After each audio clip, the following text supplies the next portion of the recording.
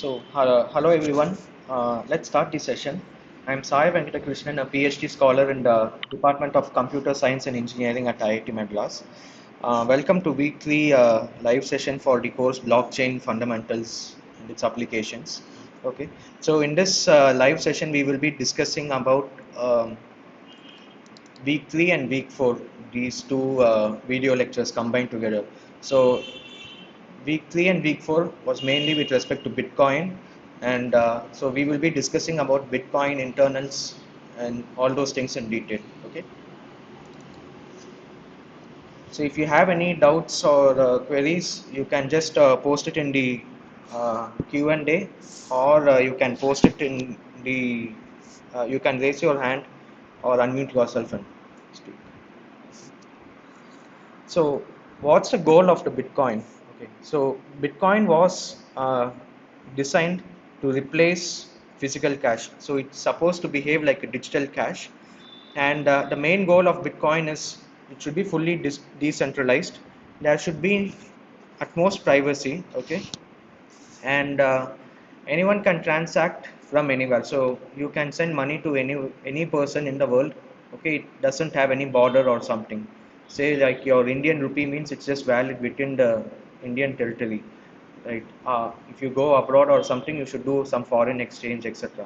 But whereas Bitcoin is borderless, so that's the main goal of Bitcoin. Okay, so if you have to understand how Bitcoin transactions work, right, you have to first understand what's a transaction in real world using currency notes. Okay, so say Akshay has to pay 2000 rupees to Bharat, and what's the transaction over here? Well, Akshay is paying some amount to Bharat, and what are the details involved in this specific transaction?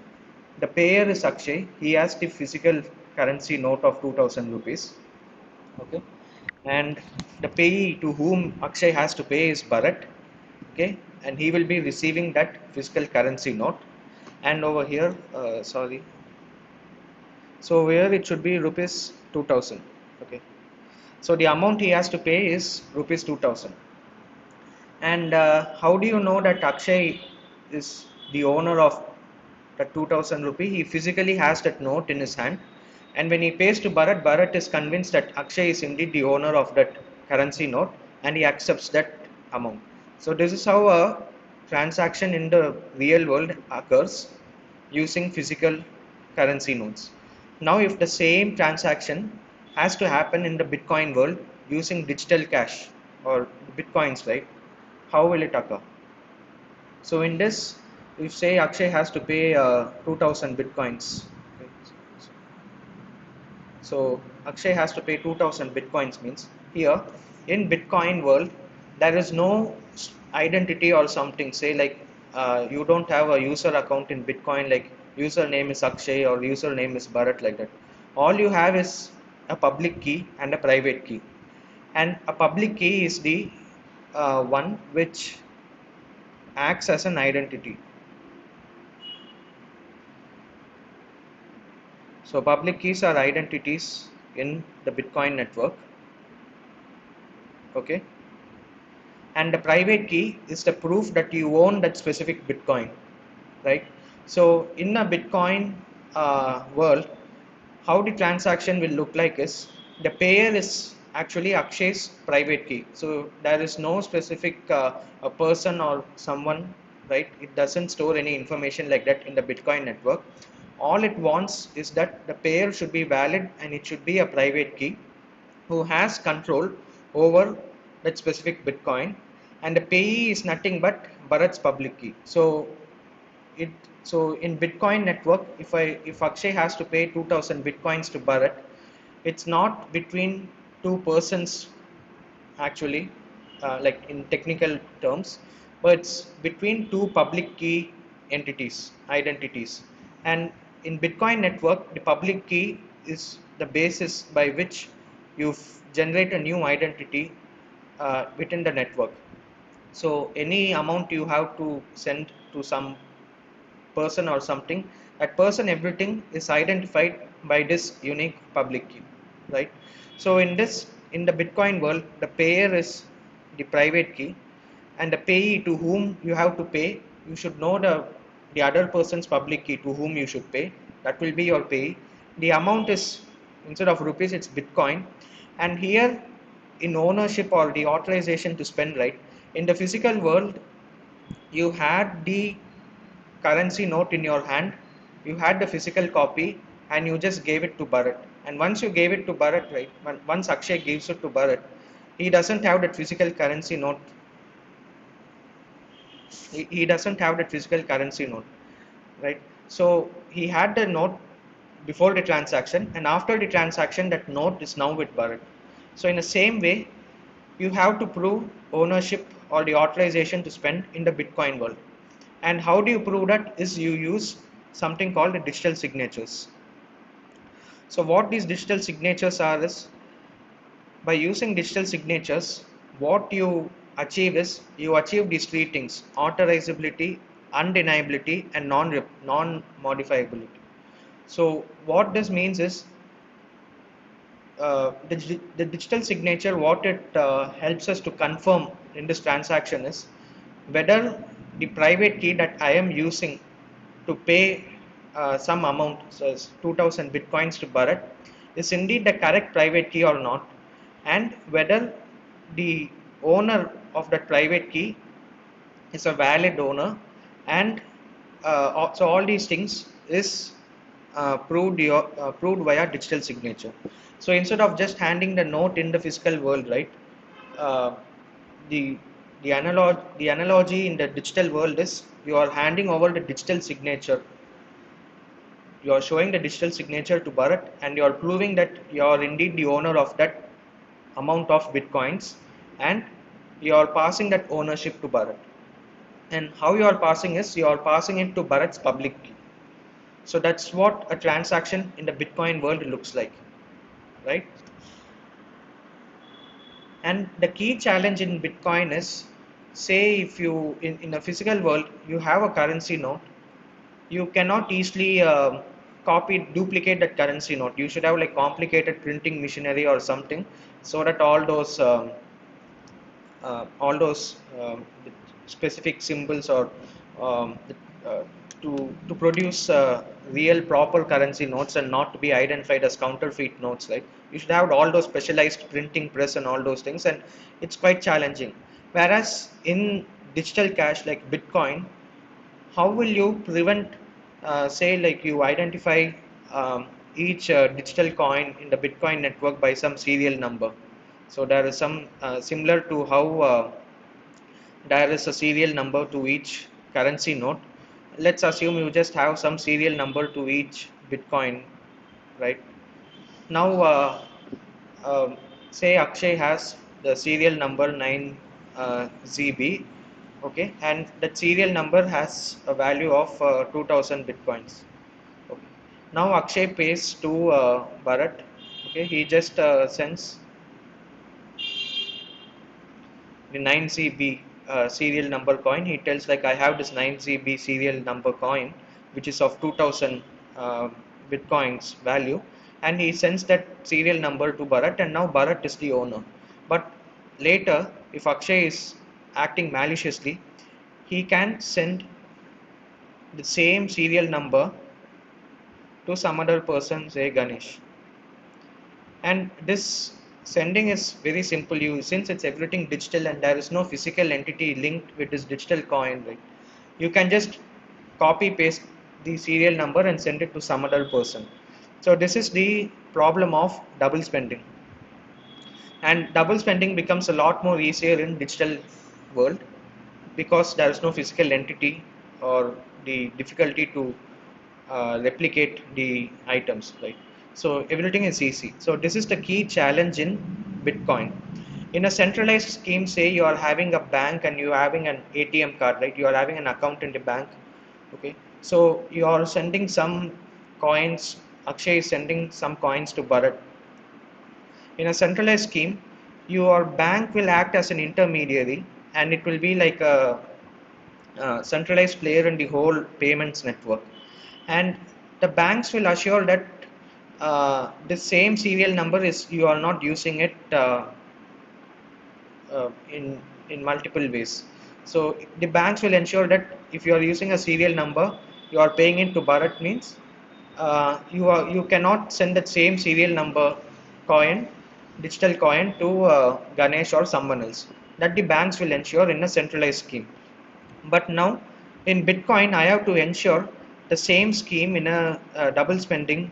To prevent double spending, I should ensure that in a decentralized way, and everyone has to come together and achieve this property in a decentralized way. And this is the key challenge that Bitcoin faces.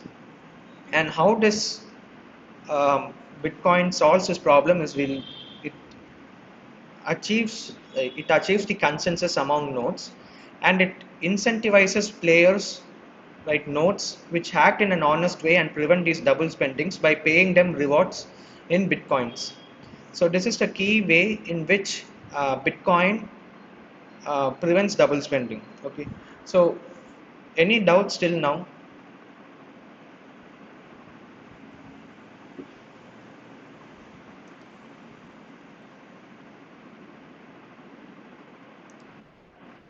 No, Samanthan. Right. So this the overall. Yeah. Hello. Hello. Yeah. Yeah. You can speak. Sorry, you're not audible. Now audible? Am I audible, sir? Yeah. Yeah. You are audible now. So actually, regarding this process, I am not clear. So this digital signature using private key and public key.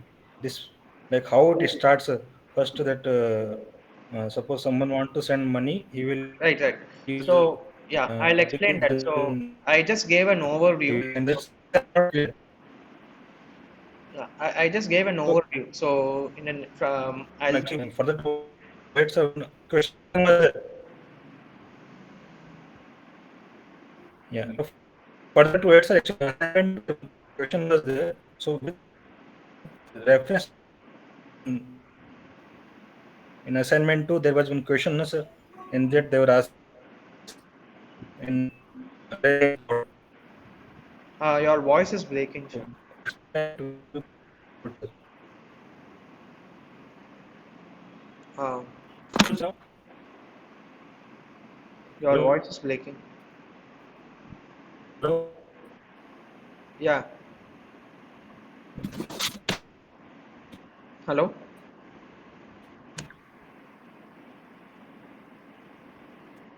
You can post the question in the chat box. Okay. So just understand the key concept. Right? Bitcoin has to the main goal of Bitcoin is it should mimic digital cash. In the same way, say I'm going to a coffee shop, and once I get the coffee, I'm taking a 10 rupee note and giving it, right, exchanging that note, giving that note to the coffee shop owner, and I'm losing the ownership of that physical note, and the coffee shop owner now has ownership of that physical note. And say instead of 10 rupees, I just have 20 rupees. Okay, and the cost of the coffee is 10 rupees means I give 20 rupees to that owner, the coffee shop owner, and he takes 10 rupees for himself and gives me back the 10 rupees as change. Okay, so this is how like a normal digital cash, sorry, the physical cash transaction works in real world. Now, the main goal of Bitcoin is to mimic this operation in a digital setting. Okay, so let's look at how this is done. So, okay. So first, say Akshay wants to pay 2000 bitcoins to Bharat. Someone has raised their hands. Kartikeyan, yes. Yes, sir. So regarding the consensus algorithm, so like for like checking and verifying the like not double spending is not occurring. Yeah. Why did we like leave the conventional consensus algorithm and like go for a like a Nakamoto consensus or other like kind of consensus? Okay, can you ask this doubt in when I deal about block creation? At that time, it will be apt if I discuss this. Uh, yes, sir. Thank you, sir. Yeah, sure. So, just continuing, right? Creating a transaction. So, say Akshay wants to pay 2000 bitcoins to Bharat. What should he do? What's the step one? Assume Akshay and Bharat both are new to the Bitcoin network. So, the first thing they have to do is they have to generate a Bitcoin address. So in Bitcoin, in a bank, in a centralized setting, in the real world banks, right? What will you do? You will go and first get your Aadhaar, you will generate your KYC form, and then you will create an account, okay? And the account will be your name, your address proof, everything. Now Bitcoin respects privacy, and it should be in a decentralized way. And in decentralized way, uh, if you want to create an identity for yourself in the Bitcoin network by using your name or something, it can be easily duplicated, okay? And also there is no mechanism to verify or whether it's correct or not and all those things. So because of all those complexities, right, in Bitcoin, there every um, person whoever joins the Bitcoin network, they have to generate a Bitcoin address for themselves. And how they generate that Bitcoin address is step one. First, they have to generate a public key private key pair. So this public key private key pair they should generate, and this can be some RSA public key or whatever the specific public key. So here I guess Bitcoin uses elliptic key cryptography, elliptic curve cryptography, right? So they should generate a public key and private key pair, and this public key over here, whatever they generate, this becomes the identity of the user in the Bitcoin network. Say it can be any arbitrary uh, bits of present, right? So can be FA10 like that, and whatever this public key number is, right, that becomes the identity of that user in the Bitcoin network. And once this public key is generated, right, you every say someone has to give you bitcoins or something, they have to refer to this public key, okay? And the private key, what it does is, the private key's main um, usage is it acts to prove ownership for that specific identity. So this public key, um, someone can just come and say Akshay creates a new public key and private key pair, and he gets his public key number starting with FA10. Someone else can just claim that no, this is my identity, this is my public key or something. Then how do we resolve the conflict? The conflict is resolved based on who has the private key. So the one who has the private key, right, he owns the corresponding public key. So the identity is with respect to the public key, and the private key specifies who owns that specific public key. And say tomorrow if Akshay does not want that public key or something, he can just hand over that private key to some other person, and that person will now be identified with that public key. He can take part in the Bitcoin network using that public key. So in Bitcoin network, there is nothing called as names or anything. Everything is identified. Any user in a Bitcoin network is just a public key. And if Akshay wants to send 2000 bitcoins to Bharat, right? Now Bharat has to, Sir, yeah, you said that if one person does not want to use the public key, he can just hand over the private key to some other person. right. So does it mean that the private key can be changed? So the private key, sorry, private key can be changed ownership, is it? That's what you are asking. Yeah, but sir, if let's say I am using a public key and I have the private key for that, Yeah, and then I don't want to use it anymore, so I will give it to you, the private key, right? yeah, you can give it. But I can still keep the copy of the private key as a QR or somewhere saved, and I can again use it if I want to, right? So Yeah, will it not compromise your security? right, right. So what I meant by that statement is, Bitcoin doesn't look at which person has that private key. It's just that it requires a private key for that public key. Okay, okay. Whoever is the private key is the owner. That's all, Yeah, right? that's it. So that statement I wanted to Okay. push forward. Good Thank point. you, sir. Yes, Kartikeyan, you are raised your hand. Sorry, sir, that was an accident. Sorry. Okay. Okay, good. Right. So in that case, right, now Akshay and Bharat both generate public key and private key pair. Okay. And now Akshay wants to pay 2000 bitcoins to Bharat.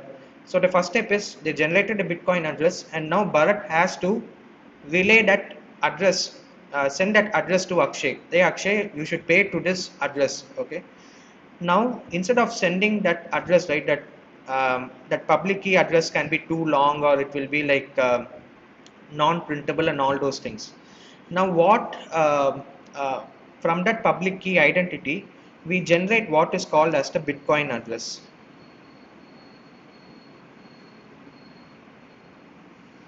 And how this is generated is I apply this following thing.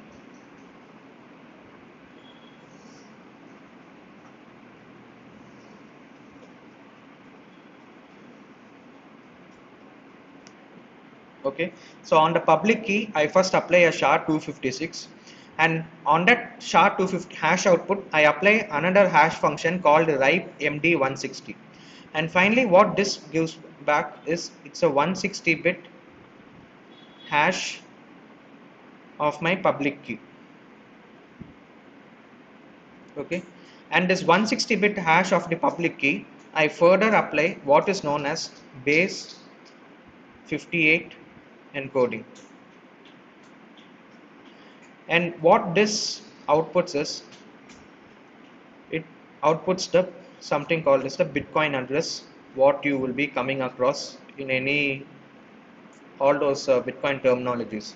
Okay, so you start with your public key and you apply two hash functions in sequence, and then you apply something called base 58 encoding, and what this outputs is known as the Bitcoin address.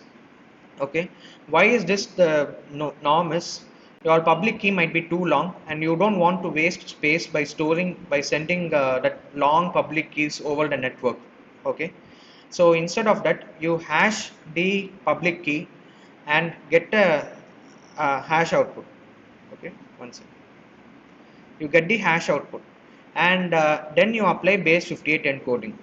Why should I do a double hash? Why can't just a single SHA-256 hash be enough, right? You can ask. The reason is the double hash is used to mitigate something called as length extension attacks. Okay, so I'm not going into detail of what this length extension attack is. The idea is if you have a message, the attacker can append some change, modify the message and generate a suitable hash value without knowing a secret key or something which is part of the message.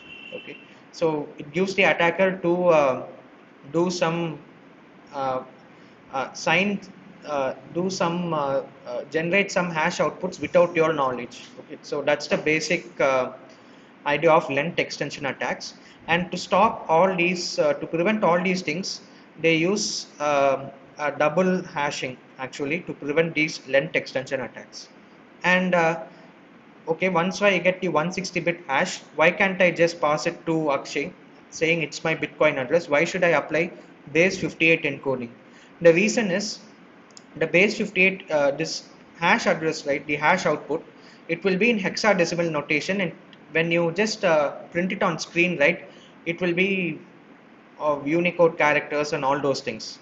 Okay, so base 58 encoding, what it does is that 160 bit hash key, it will output in a human readable form.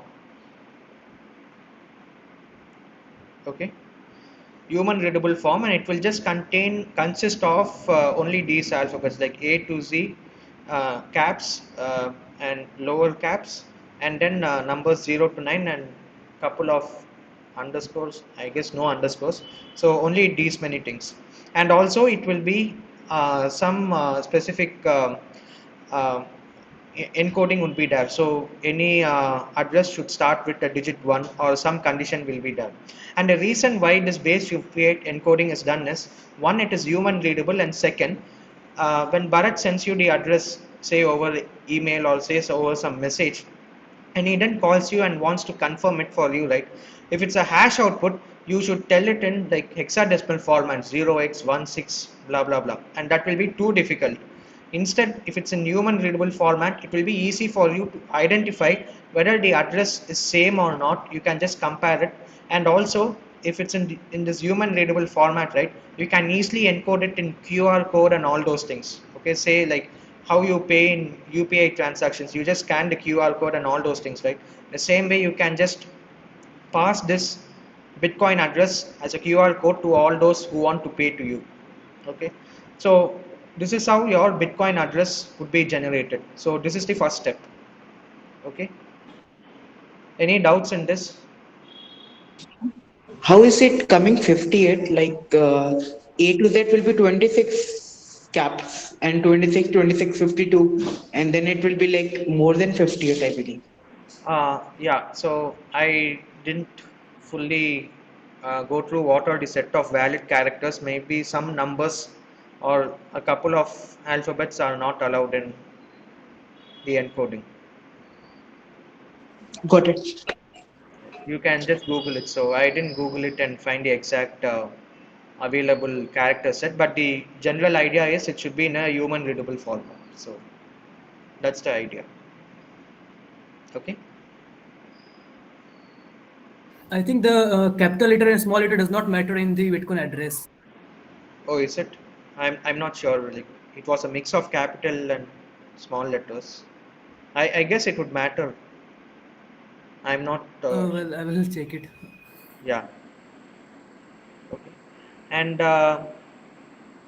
so this is how a Bitcoin address is generated. And just for further information, right? There is something called vanity addresses.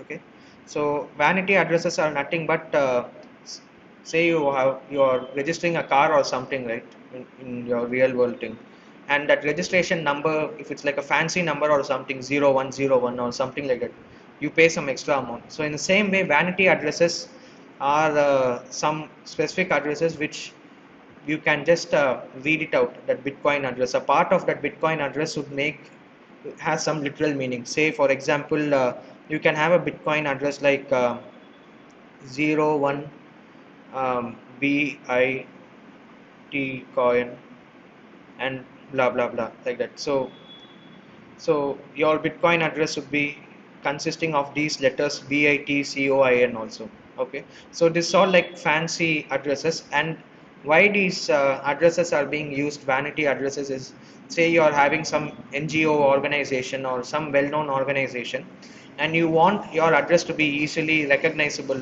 the Bitcoin address to be easily recognizable by others who want to pay to you, right? So in that case, they generate these vanity addresses. And how they generate is, they go through they generate randomly multiple public key private key pairs and go through all these steps, like apply double hash function and apply base 58 encoding, and see whether the Bitcoin address has that specific characters that they want to appear. And if not, they repeat the process again and again, and that's how they generate these vanity addresses. Okay, so that's just for your information. So once Akshay and Bharat generates their Bitcoin addresses, the second step is they have to get the Bitcoins. Okay, so now Akshay has to pay Bharat 2000 Bitcoins, means Akshay has generated a Bitcoin address, and he has to pay to Bharat. So from where will Akshay get the Bitcoins in the first place? One, he can be a miner. Okay, we will talk about miner in detail later, but everyone, I assume, understands that miner is the one who adds blocks to the blockchain and they generate new Bitcoins. Okay, so Akshay can assume the role of a miner and generate new Bitcoins. That is one way he can get the Bitcoins. Okay, the second way is he can go to a central exchange like Binance or something, he can just over the counter or something, right? He can go and tell like so say one Bitcoin is some X amount of rupees or something, right? He can just go and get those give that specific address to which 2000 Bitcoins has to be sent and pay them in rupees, and in turn that exchange will pay Akshay in Bitcoins. They will transfer some Bitcoins to Akshay's public key. Okay, so that is the second way. And the third way is, say Akshay knows some other person, Ganesh, on the who is already on the Bitcoin network and has 2000 Bitcoins or something. And now he can ask Ganesh to pay him 3000 Bitcoins, okay, like in exchange of for a service or something like that, from which he can pay 2000 Bitcoins to Bharat. So these are the three ways in which Akshay can get bitcoins in the first place. He can be a miner, so he will generate his bitcoins on his own, or he can get it from a central exchange, or he can get it from some other friend who is already on the Bitcoin network. Okay, the the first and the third way are privacy. Uh, uh, in terms of privacy, it's better, but the second way, which is from a central exchange, is not does not respect privacy. Okay, why? Because in a central exchange, whenever you start dealing with notes, currency notes or cash which is issued by the government, they require some documentation like KYC or something, and the central exchange have to file those, and then only they can transfer the bitcoins to Akshay's public key.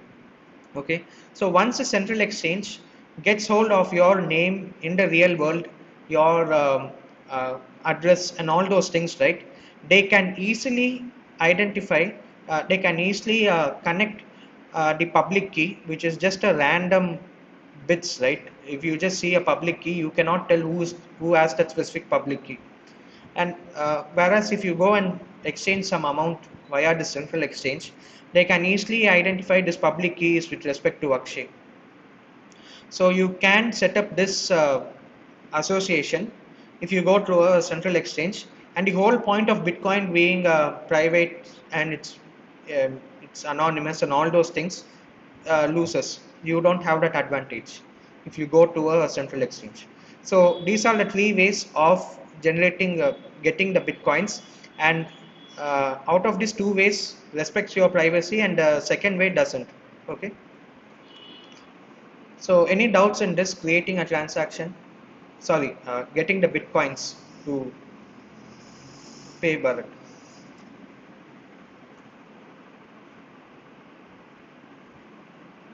Okay. So in that case, now we know that Akshay. Um, so now we know that Ganesh paid Akshay 3000 bitcoins, and from that Akshay has to pay 2000 bitcoins to Bharat. So for this, I should generate a valid transaction. Okay. And how a valid transaction is generated is, you should first understand that in Bitcoin, right? If I just go back in slides, okay.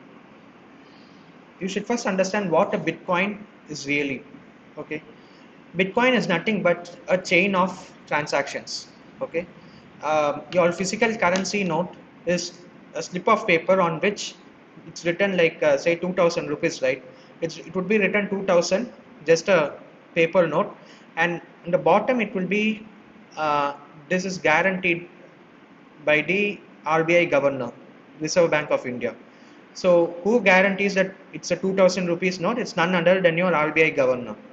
So in the same way, in a Bitcoin, who guarantees that, say, Akshay has 2000 Bitcoins or 3000 Bitcoins, who guarantees all the nodes participating in the network come together and tell that Akshay indeed has that so much amount of bitcoins associated with its public key private key pair.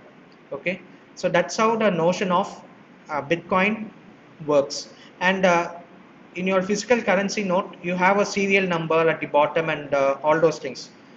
In a bitcoin, you don't have a serial number, or you don't have a even like a digital coin representation, nothing. You have uh, nothing of that sort. Okay, whatever Bitcoin represents is nothing but a chain of transactions. And what I mean by chain of transactions is, say Ganesh pays 3000 Bitcoins to Akshay, means this is one transaction. Okay, this is first transaction, and by this transaction Akshay gets some Bitcoin amount. And from this transaction, right, the input is nothing but whatever Ganesh is paying into, right, paying, and the output. So this will be my input, and the output is Akshay is getting that 3000 Bitcoins. So the transaction input is Ganesh is paying that, and the output is Akshay is receiving that amount. And just combine, just compare this with your physical world. Ganesh has a 2000 rupee note. The input is handing it over to Akshay, and the output is Akshay has a 2000 rupee note in his hand. So this is how the transaction will look like in the physical world. The same way, but here you don't have a physical note. Instead, you just have to admit that Ganesh has a 3000 Bitcoin transaction previously and is giving that ownership to Akshay. Okay, and all the notes will guarantee that this is true. Okay, and you just compare it to your physical world, right?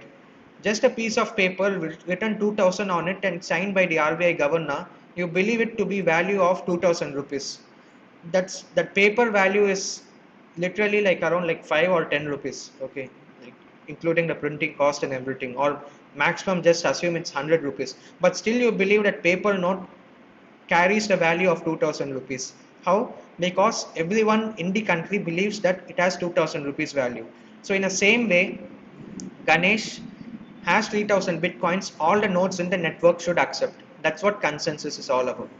And when Ganesh pays it to Akshay, everyone has to accept that Akshay is now the owner of the 3000 bitcoins. Okay, so this is how transaction is uh, taking place. Okay, as in like the idea of a transaction. And from this Akshay, if he has to pay 2000 bitcoins to Bharat, okay,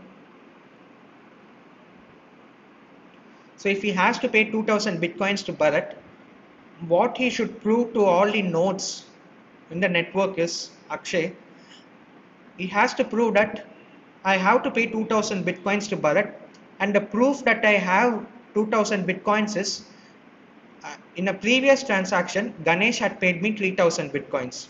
So he has to prove to the network that he was involved in a previous transaction where he was on the receiver side, he received 3000 bitcoins, and from that he's taking 2000 bitcoins and paying it to Bharat. Okay, so just assume in the physical world, right, you want to buy something, from where are you getting your money? If you're a working person, you get your salary, so the company pays you some amount, that will be your base transaction. And from that amount, say like you are getting 30,000 per month, means from that transaction you are spending money for all the other transactions, to buy house or to buy a, not with 30,000, right? So you have to say buy coffee or buy some items or anything, right? From that base transaction, so whatever your company pays a salary, from that you're spending the amounts, you're doing multiple transactions. And what's the proof that you have that 30,000? Because the company gave you that amount as salary. Okay, so in the same way in the Bitcoin network, you have to prove, Akshay has to prove that he was part of a transaction, of a previous transaction where he was on the receiver side and he received 3000 bitcoins. Okay, so this is what a transaction, a series of transactions would look like in a Bitcoin, the general idea. And in Bitcoin, what we follow is called as the UTXO model. Okay, so when so we'll discuss about UTXO later, but any doubts in this overall idea of this transaction based model? Someone has raised their hand. Hello. Hello, yeah. Sir, this is Srinivas. Actually, you are saying transaction happened. So nodes in the network will approve that transaction. Yeah, So on what basis it will approve? And also nodes means whoever logged into the network, those are called nodes. Is it correct? yeah. So, okay. So actually, the difficulty with explaining Bitcoin, right? It's like a circular subject. So if you want to understand transactions fully, you should understand consensus, and consensus will make sense if you understand transactions. So it's all like interdependent. So just assume that the nodes, it can be anyone. It can be anyone with a laptop, okay, and they will be validating your transaction. And how they will be validating your transaction, we will look into that. What are the conditions, right, which a transaction should fulfill in order to make it a valid transaction? We will look into that. Okay, sir. One more thing. Yeah. So maximum at a given point of time. So we have in a day 24 hours. So all the 24 hours, some of the networks will be, some of the nodes in the network will be live.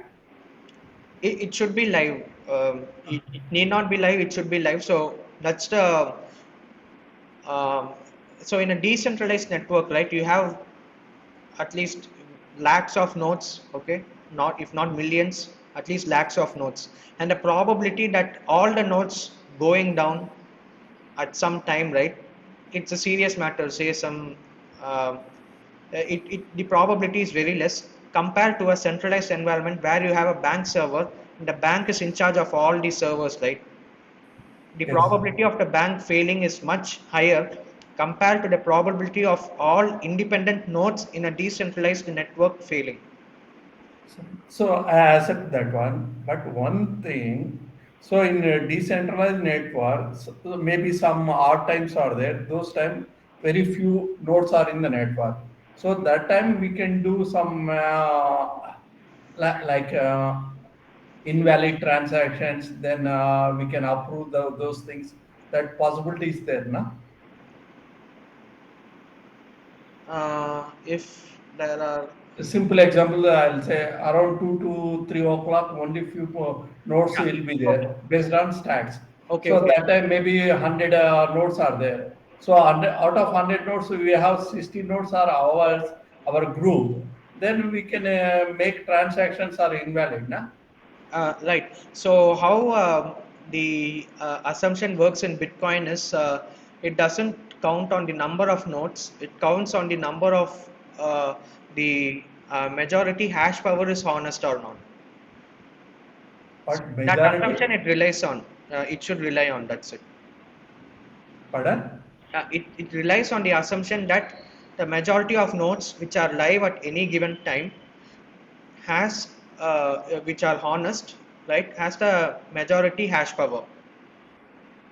Honest and majority horsepower means what does that mean? I'll explain that when we discuss block creation.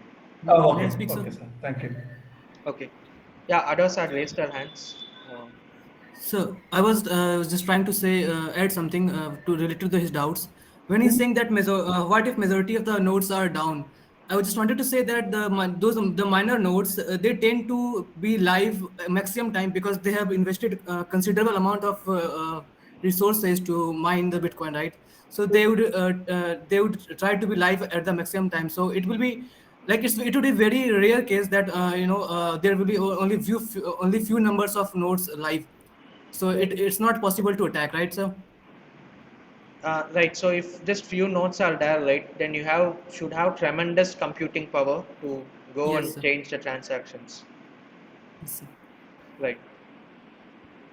Manikandan, you have raised your hand. Yeah, hi. Yeah, my doubt here is like, does Bitcoin maintain the balance sheet somewhere? Because how Ganesh got 3,000 BTCs, Good right? point. So usually, how your banks work, uh, it's called as an account-based model.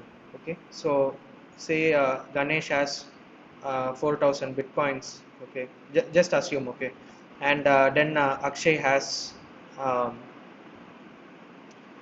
uh, zero, like 10 bitcoins. Just assume, and Bharat has one Bitcoin. Just assume. Now this balance for each public key or like um, the name or the user, right? Every node has to maintain. Okay, and this is called as the account based model. And now what happens is, say I have to sign a you have to send a transaction. Say Ganesh is paying 3000 bitcoins to Akshay. Okay, so the transaction details would look like this. Okay, so Ganesh is paying 3000 bitcoins to Akshay, and this transaction is sent to all the nodes. And now the nodes will go and check. Okay, Ganesh has 4000 bitcoins, and say like instead of 4000, let's assume he has 10,000. Okay. Right. So Ganesh is paying 3000 bitcoins to Akshay means all the nodes will check Ganesh's account. Okay, 10,000 bitcoin, he just wants to pay 3000. So they will update it as 7,000. Okay. And now later, say Akshay is acting maliciously. And what he does is he just gets the same transaction. So this transaction is signed by Ganesh. Okay. So signed by Ganesh, as in Ganesh uses his private key and signs this message. Okay, so you're assured, all the nodes are assured that this message is coming from Ganesh only, who is the owner of the account. Okay, and now Akshay also has this signed message. This message is signed by Ganesh. Now what Akshay can do is, after he receives 3000 bitcoins, he can just replay. Okay, he can just replay the signed message again. Okay, so replaying the signed messages, the same message, whatever Ganesh has signed, this message is valid. Okay, now Akshay will take the same message and send it again to all the nodes. Now again, what all the nodes will do, it will just see, okay, the balance is 7,000 bitcoins in Ganesh's account. He wants to send 3,000 to Akshay. Minus 3,000, it will get it to 4,000 bitcoins, without Ganesh knowing that all the nodes will approve this transaction. So in an account based model, right, this problem is present, and you have to deal with this problem by adding some random number and all those things. Okay, that is one disadvantage if we if we maintain such a model across all the nodes. Now all the nodes should be maintaining every account, as in like here, instead of the username, right, they should be maintaining like a specific public key as these many bitcoins, and that private key message signed, all those things. And this replay attack, everything they should try to stop. And replay attacks are very easy in this account based model, because you cannot you can easily duplicate these signed messages which are legally signed by Ganesh using his private key. You can just replay that message again and get free 3000 bitcoins again. So that's one disadvantage. And the second is, the second disadvantage is, say you have a list of transactions. Say Ganesh pays to Akshay, Akshay pays to Bharat, Bharat pays to some other person C. Okay, like it's some list of 1000 transactions means, what happens is, say some node, say some node receives this specific transaction, 1000 transaction, where um, Ganesh is paying to Leo. Okay, so in that case, if I have to validate this transaction, I have to go through all my previous 1000 transactions, go through all the 1000 transactions, or uh, it might involve involving Ganesh and all those things, right? I should go through all these 1000 transactions, or in the worst case, I should go through all the transactions, not just involving Ganesh, but also the other transactions from which Ganesh got amount, right? The the all the related transactions also. Everything I should go through and come at a state saying that okay, Ganesh has some specific bitcoins in his account, and subtracting that, say Ganesh wants to send 10 bitcoins means I have to ensure that Ganesh has at least 11 bitcoins in his account. Okay, So he should go through all the transactions in a backwards fashion. Every node has to go through to get at the latest amount that Ganesh's account holds. So these are the two advantages, and in this way, right, going through all the transactions in a backward way, that will be time consuming, and in an ever increasing blockchain where blocks are just appended, right, the list of transactions would be too huge if you have to traverse backwards. Okay, so these are the two disadvantages of having an account based model. Instead of this account based model, what Bitcoin does is it tries to mimic what a physical cash um, does. So in a physical cash, you have this 2000 rupees note. Means when you send it to when you want to pay your coffee owner 1000 rupees, 1000 rupees will be in the coffee owner's hand, and the remaining 1000 will be in your hand. So you get a change. Okay, and this in a Bitcoin, in this transaction, so in the physical world, this 2000 rupee note is now in the possession of the the coffee owner. You are not in possession of that. So in the same way, what the Bitcoin does is it destroys the coin, as in that transaction, it makes it obsolete, and it generates two new coins. And what I mean by a coin is nothing but a chain of transaction. Okay, so just coming back to our example, right, creating a transaction. So we know Ganesh paid 3000 bitcoins to Akshay, and Akshay pays 2000 bitcoins to Bharat, and now they have to generate a valid transaction. And a transaction in Bitcoin, how will it look like? How it will look like is, for okay, sorry, I'll just draw small. So this is Ganesh paid to Akshay, and this is Akshay pays to Bharat. Okay, and this is the first transaction. Let's take this as T1, and this is T2. Okay, and now uh, assume Ganesh got bitcoins from somewhere else, some previous transaction he got, something like that. Just assume. Okay, so now this will be like the transaction output, say output 1. Okay, and this will be our input 1,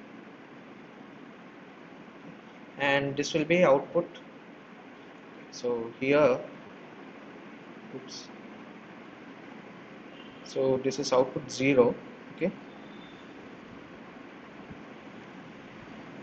this is output 0, output.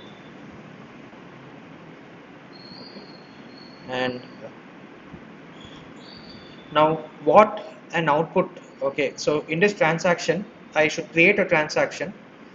uh, I have a previous transaction where Ganesh paid Akshay 3000 bitcoins, and from that I should pay 2000 bitcoins to Bharat. Okay, uh, so the input, what it should refer to is it should refer to a previous transaction from where Akshay got those many bitcoins.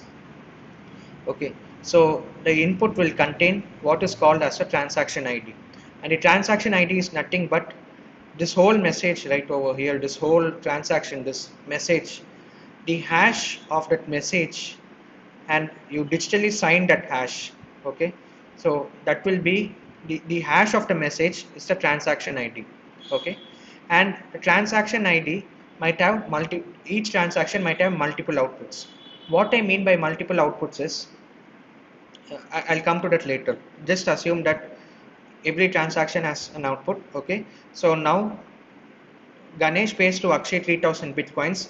The output is Akshay is having the ownership of those 3000 bitcoins, and to pay to Bharat, he has to generate a transaction which Akshay will generate in the following way, where the input field will be the transaction ID, which is nothing but a hash of a previous transaction in which Akshay was involved, and he received some Bitcoin value, some Bitcoins.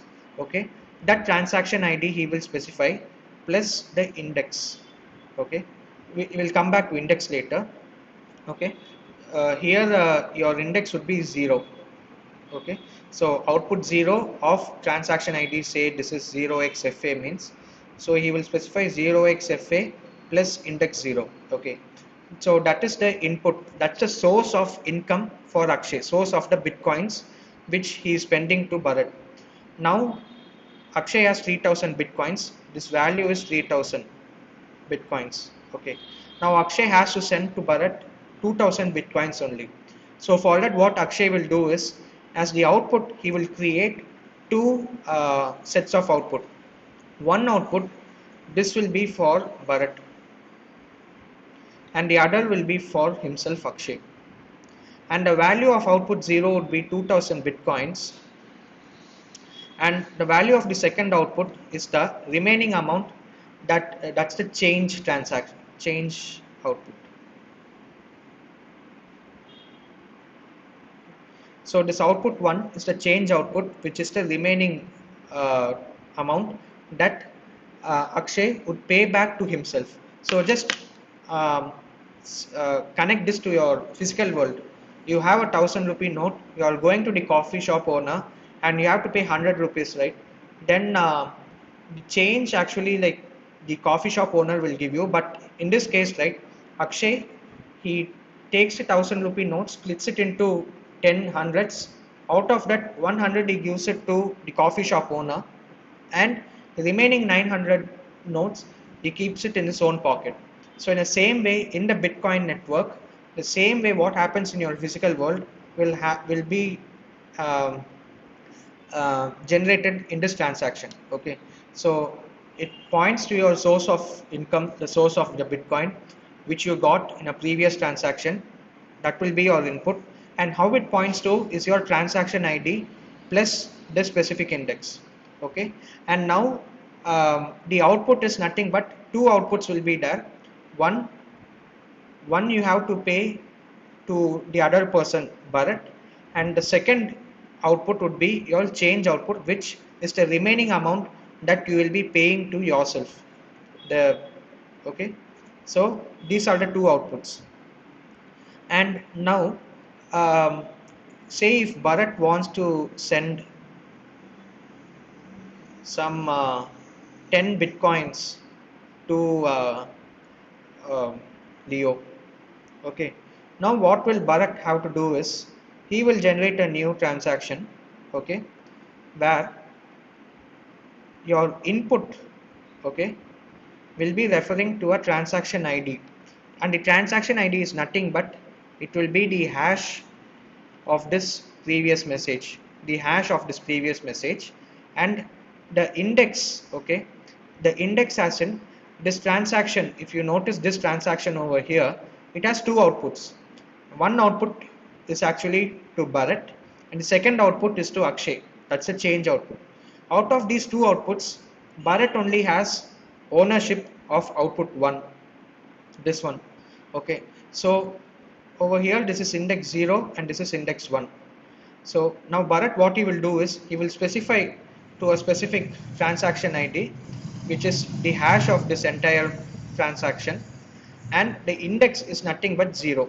So what Bharat is telling is, my source of uh, bitcoins to give 10 bitcoins to Leo is, I was involved in a previous transaction where I have control of the output 0, which is 2000 bitcoins, in a specific transaction which is identified by this transaction ID, which is the hash of this message. Okay, and I will be spending that, out of which 10 bitcoins, which is output 0, will be going to Leo.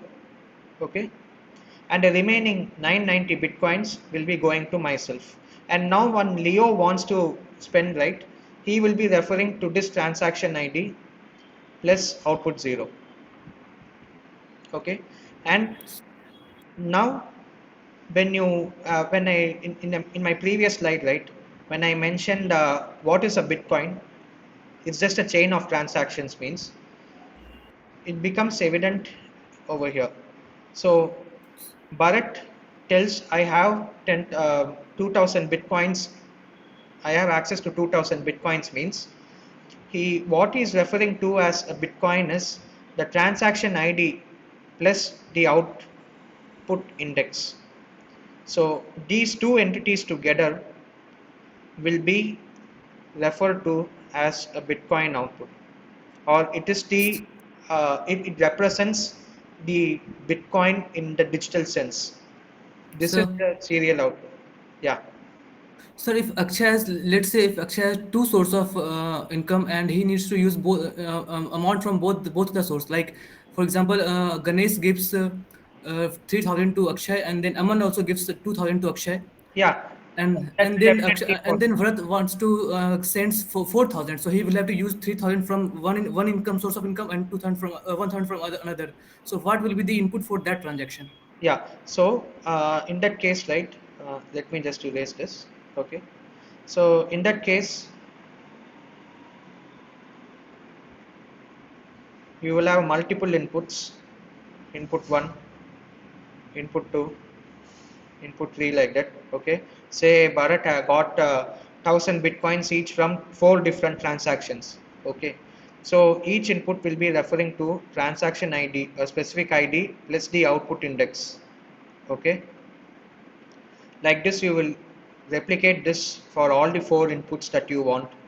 Okay, sir. So 4 different transaction IDs and the outputs you can generate. So you can, in the same transaction, you can send to 3 persons, Leo, some other 2 persons, okay, like Akshay or Ganesh, and the change output you can send it to yourself. Okay, So sir. it can be n inputs, m outputs. It can be anything. And the cool thing is in Bitcoin, you can do like a multi join transaction, as in no, as in like Bharat and Akshay can come together.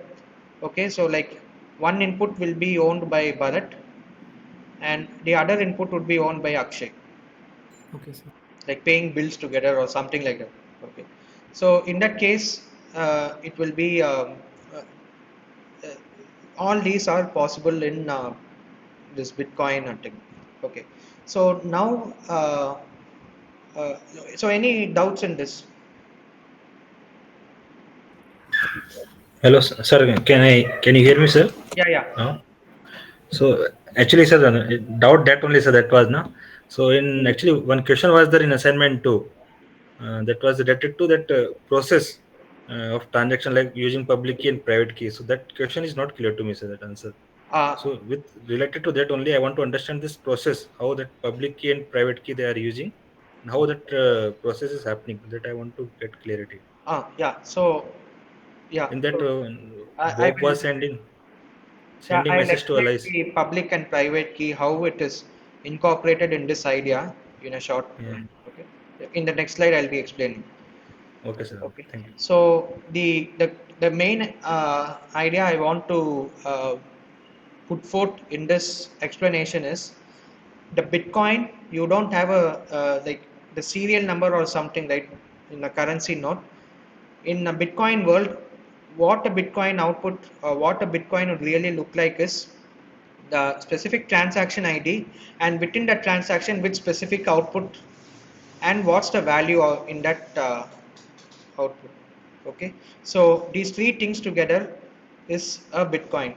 Okay, so this is what is a transaction output, or the coins, the Bitcoins, what they literally mean in the Bitcoin network. Okay, and when I mention the word UTXO, okay, that's nothing but, so UTXO is nothing but unspent transaction output. Okay, so UTXO is nothing but unspent transaction output. In your physical world, you have 2000 rupee note, you give it to coffee shop owner, means uh, once you have given it, you lose ownership of that currency note, and you cannot do a double spend. Okay, in the same way, once Ganesh, sorry, once Bharat, once Akshay uses this output, right, this 3000 Bitcoin output of the previous transaction, okay, he cannot generate a new transaction referring to the same output and give to Leo or someone. Okay, so say over here, if I want to generate a new transaction, say Akshay is paying to Leo and is referring as input the same transaction. Okay, this is what is known as double spending. Okay, and this is forbidden. And how this is forbidden is every node will be maintaining what is called as a UTXO set. A UTXO set is nothing but every it's like a database. Okay, and a database consists of a key value store, and the key is nothing but your transaction ID plus your out index, the output index, and the value is nothing but conditions how you can use the output condition and how much value it's there. So it can be 10 bitcoins, it can be 20, like that. Okay, so that's what the value is. So remember I mentioned that Bitcoin is nothing but a chain of transactions, and each transaction ID, the output in each transaction ID, right, that represents the Bitcoin in the literal sense. Okay, so this unspent transaction outputs is nothing but every transaction generates this output. Every transaction generates these outputs, right? So the transaction ID plus the output index is a unique Bitcoin. And if Akshay gets 3000 Bitcoins to Ganesh, means in my UTXO set, I will add an element, say this specific transaction ID is 0xFA, means in the UTXO set, I will add like 0xFA plus output index 0. This has 3000 Bitcoin value. I will add this in my UTXO set. And when Akshay refers to that input transaction, in his input, he refers to 0xFA plus 0, means when this specific transaction Akshay pays to Bharat gets included in the blockchain, my UTXO set will destroy this uh, output in the set. So my UTXO set, if it's there, means at the end of Ganesh to Akshay's transaction, I will add a element saying this is my transaction ID and this is the index 0. So a new coin is created, a new coin, and I will have conditions stating that only Akshay can use, as in Akshay can use. And when Akshay uses it, right, now this coin, this UTXO database, this coin would be deleted, and in its place these two coins would be generated, this one and this one. Say this transaction ID is 0xCA, means 0xCA plus 0, 0xCA plus 1.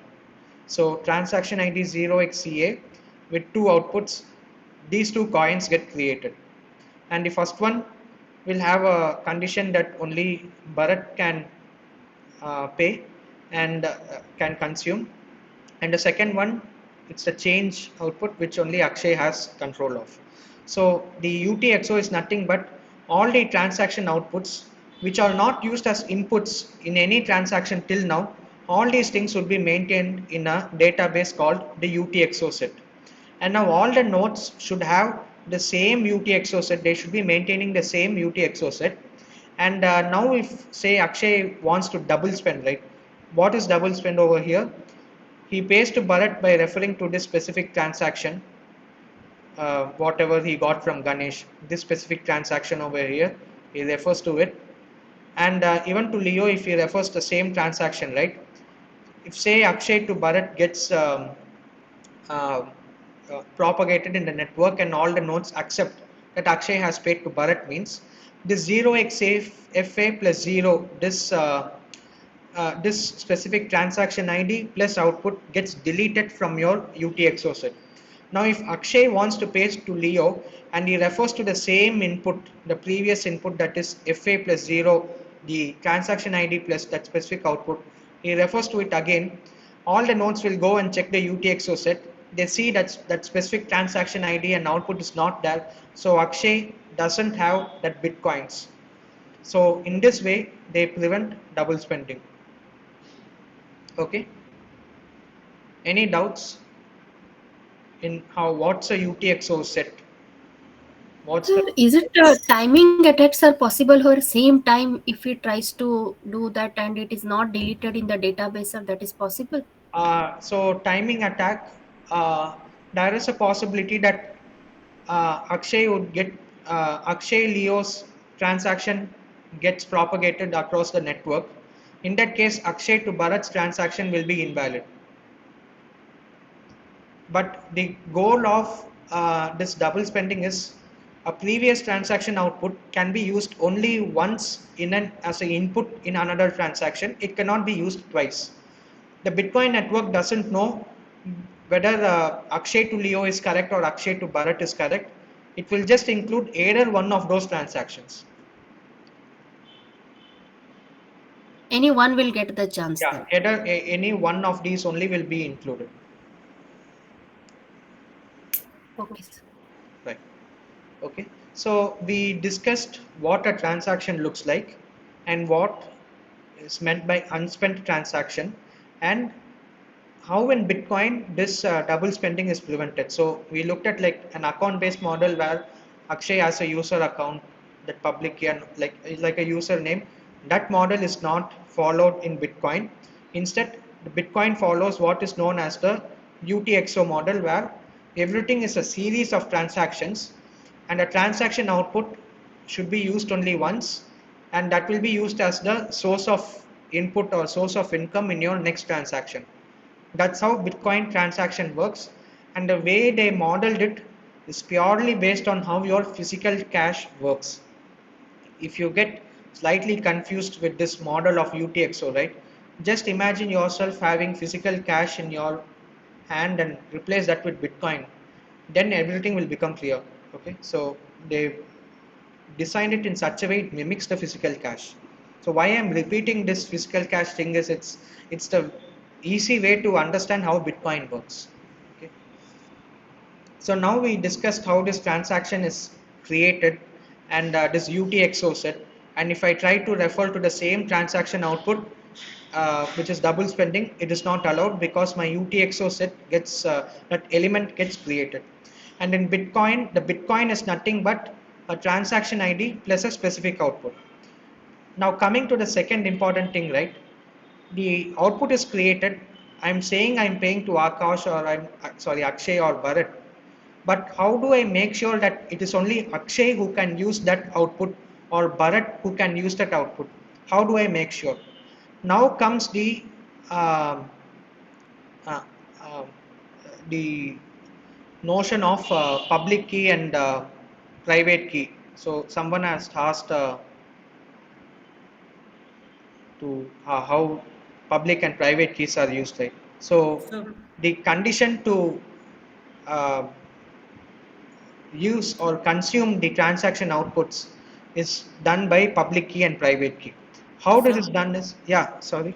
Sir, for like in physical world, let's say I have 2000 rupees and I'm paying person A like 800 rupees, and then after I get some change, I want to pay 5000 to person B. I can do that because there's no like not a big very big time I needed to get the change from person A, right?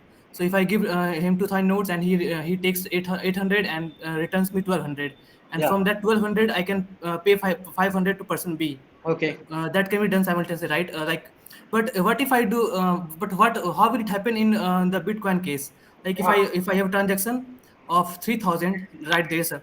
yeah, So Ganesh pays Akshay 3000, and then Akshay pays 2000 to Bharat, and then he wants to pay 1000 more to some other person. right. So until that transaction, my number one transaction which Akshay is doing to Bharat is completed, how will he able to pay 1000 to another person? So one thing is Akshay has the 1000 bitcoins in this output. So Yes, sir. this But before, transaction, but this transaction, the completion of this transaction will take some time, right? uh, In the meantime, what if he creates another transaction? What if he wants to create another transaction? Yeah. So good question. Good question. The thing is, um, when you create, say, Akshay is creating this one transaction, and the second transaction is spending this specific output over here, this 1,000 bitcoins to someone else, means he can generate another transaction. Say Akshay is paying to Leo, okay, and he can generate that. He can send both these transactions together also, and the Yeah, note. that can happen. Yes, because you said that multiple input, multiple output. That thing happens, but that is possible, right? If I start both of the transactions at the same time, the it can be verified that he has 3,000 and he is spending 2,000 to one person and 1,000 to another person. Okay. But what if it is not? What if it is not started if the both the transactions are not started at the same time? What if there is a gap between time gap between the initiation of both the transaction? Which one will have a gap? Say this is the first one and this is the second Yes, one. yes, sir. Yes, Which one will the have a? second one. The second one. Okay, so he can. Uh, okay, so he can send the first one on the network. After 10 minutes, he will send the second one. And Okay. what the nodes will do is, it don't immediately collect. So what the nodes will do is, two possibilities. One, both these transactions end up in the same block. Okay, yes, sir. Yes, that Okay? can also. Or the other possibility is, the first transaction ends up in the first block and the second transaction ends up in the second block. Okay, sir. Okay, sir. I got it. So there are two possibilities. I wanted to extend that question further. Yeah. Yeah, because as you said, I think Bitcoin, the 5 minutes once the block will be created, right? If the two transaction are in this two blocks, it's fine. But assuming that Ganesh sent 3,000 to Akshay, okay, the Akshay already having 1,000 Bitcoin, so it's added to. If the transaction happens in a both in the same block, what will happen? That's my question. But I wanted to extend the question further. Is the Ganesh as well as Akshay is doing the transaction. There are two transaction. Yeah, yeah. So I get your doubt. Wait, let me answer. So what your question is, just correct me if I'm wrong. Uh, Transaction one is there, and transaction two is there, and transaction two is referring to transaction one. Okay, and it might be the case that transaction two gets propagated first instead of transaction one. Is that your doubt? Not exactly. Assuming that Ganesh and Akshay both are doing the transaction simultaneously. Right. But So Akshay is Ganesh case. Akshay is, I mean, Akshay is receiving 3,000 BTC. so say Ganesh is giving to Akshay at time t1. Yeah. Okay, and what do you want Akshay Bharat transaction at what time? Assuming that these two transactions are in the same block, Akshay is sending. Okay, Assuming that uh, uh, 10 BTC to Leo or someone. from what he got from Ganesh. Not exactly. He might have the balance in his account already. So Okay, both are valid transactions, assuming that. But as you said, the change output or the balance will be added back to him, right?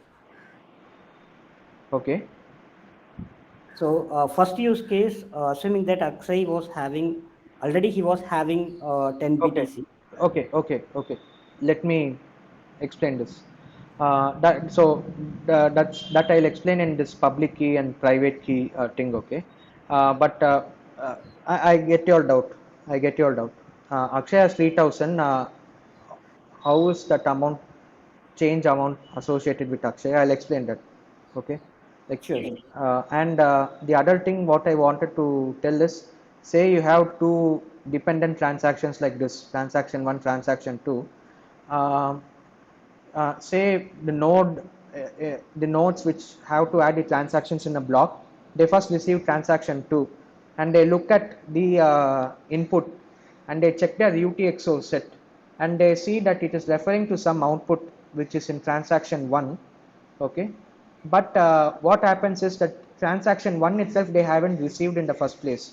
So what they do is they just keep it in waiting list.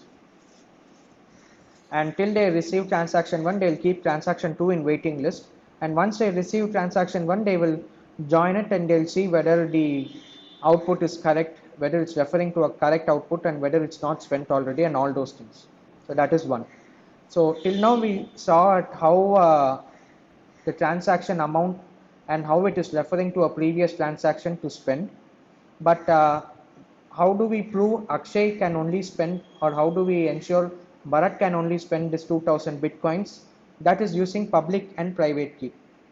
Okay, and how this public and private key is being used is, in your transaction when Ganesh sends to Akshay, okay, when he sends to Akshay, the output, I mentioned the UTXO set as a key value pair, as in key value is the common database, like a hash table. You would have come across hash tables in data structures. Okay, so given an input, say the transaction ID plus the output index, so this will be the input to the UTXO set, and what, like a database query. Okay, say your input query is the transaction ID plus a specific output, what it will, excuse me, what it will return is the value, what it stores in the database is nothing but the amount what it is actually having. So Ganesh is sending Akshay 3000 bitcoins means, okay, it will be containing the amount equal to 3000, and it will be containing a output condition or a output script, which is a set of instructions such that only Akshay can unlock it. So this will be specific to Akshay's public key. So this will have conditions, okay, this will have conditions which can only be unlocked if Akshay uses his private key, and these conditions will be linked to Akshay's public key. Okay, and I mentioned the private key is the owner of the corresponding public key. Okay, so now so this is transaction ID. So now if I'm using this transaction output over here, okay, so I'm referring to this specific transaction ID means, so this will be one part. I am referring to transaction ID plus the output index is 0, and I should also specify something called as a signature. It is called as the input condition, and this input condition is nothing but this input should prove that this is the private key associated with the public key present in this output. Okay, so when I apply this private key to the conditions which is part of this transaction output, it should, like a puzzle, it should just match together and it should evaluate to true. If those conditions take place, then I'm sure that it was indeed Akshay who was trying to use the those 3000 bitcoins. Okay, so now so how this is done is, the every output has an output script. So you would have come across this particular script in the blockchain lecture. Okay, so what the script does is, it sets the conditions to use a transaction output, conditions to use a specific transaction output, transaction ID plus index. Okay, so you say if you have two different outputs or three different outputs, for each output, for each transaction ID plus that output index, you will have a separate script or a script public key. Okay, which will set the conditions through which it can be consumed or which it can be used, and the input along with that, in an input transaction, say Akshay wants to use the specific 3000 bitcoins means, he should specify a corresponding input. So this is actually the lock script, and this is your unlocking input, and this unlocking input should be part of your input transaction. So when applying the unlocking input to this lock script, it will evaluate true. And how this works is, in the first step I mentioned, Akshay would have generated a public key private key pair. Okay, and this I would have used a ripe hash function and SHA hash function to generate a hash which is of 160 bytes. So this is the hash which you are this is the address. Okay, so the Bitcoin address or the hash 160 address, which denotes Akshay's address, like account number. Okay, so this hash denotes Akshay's account number.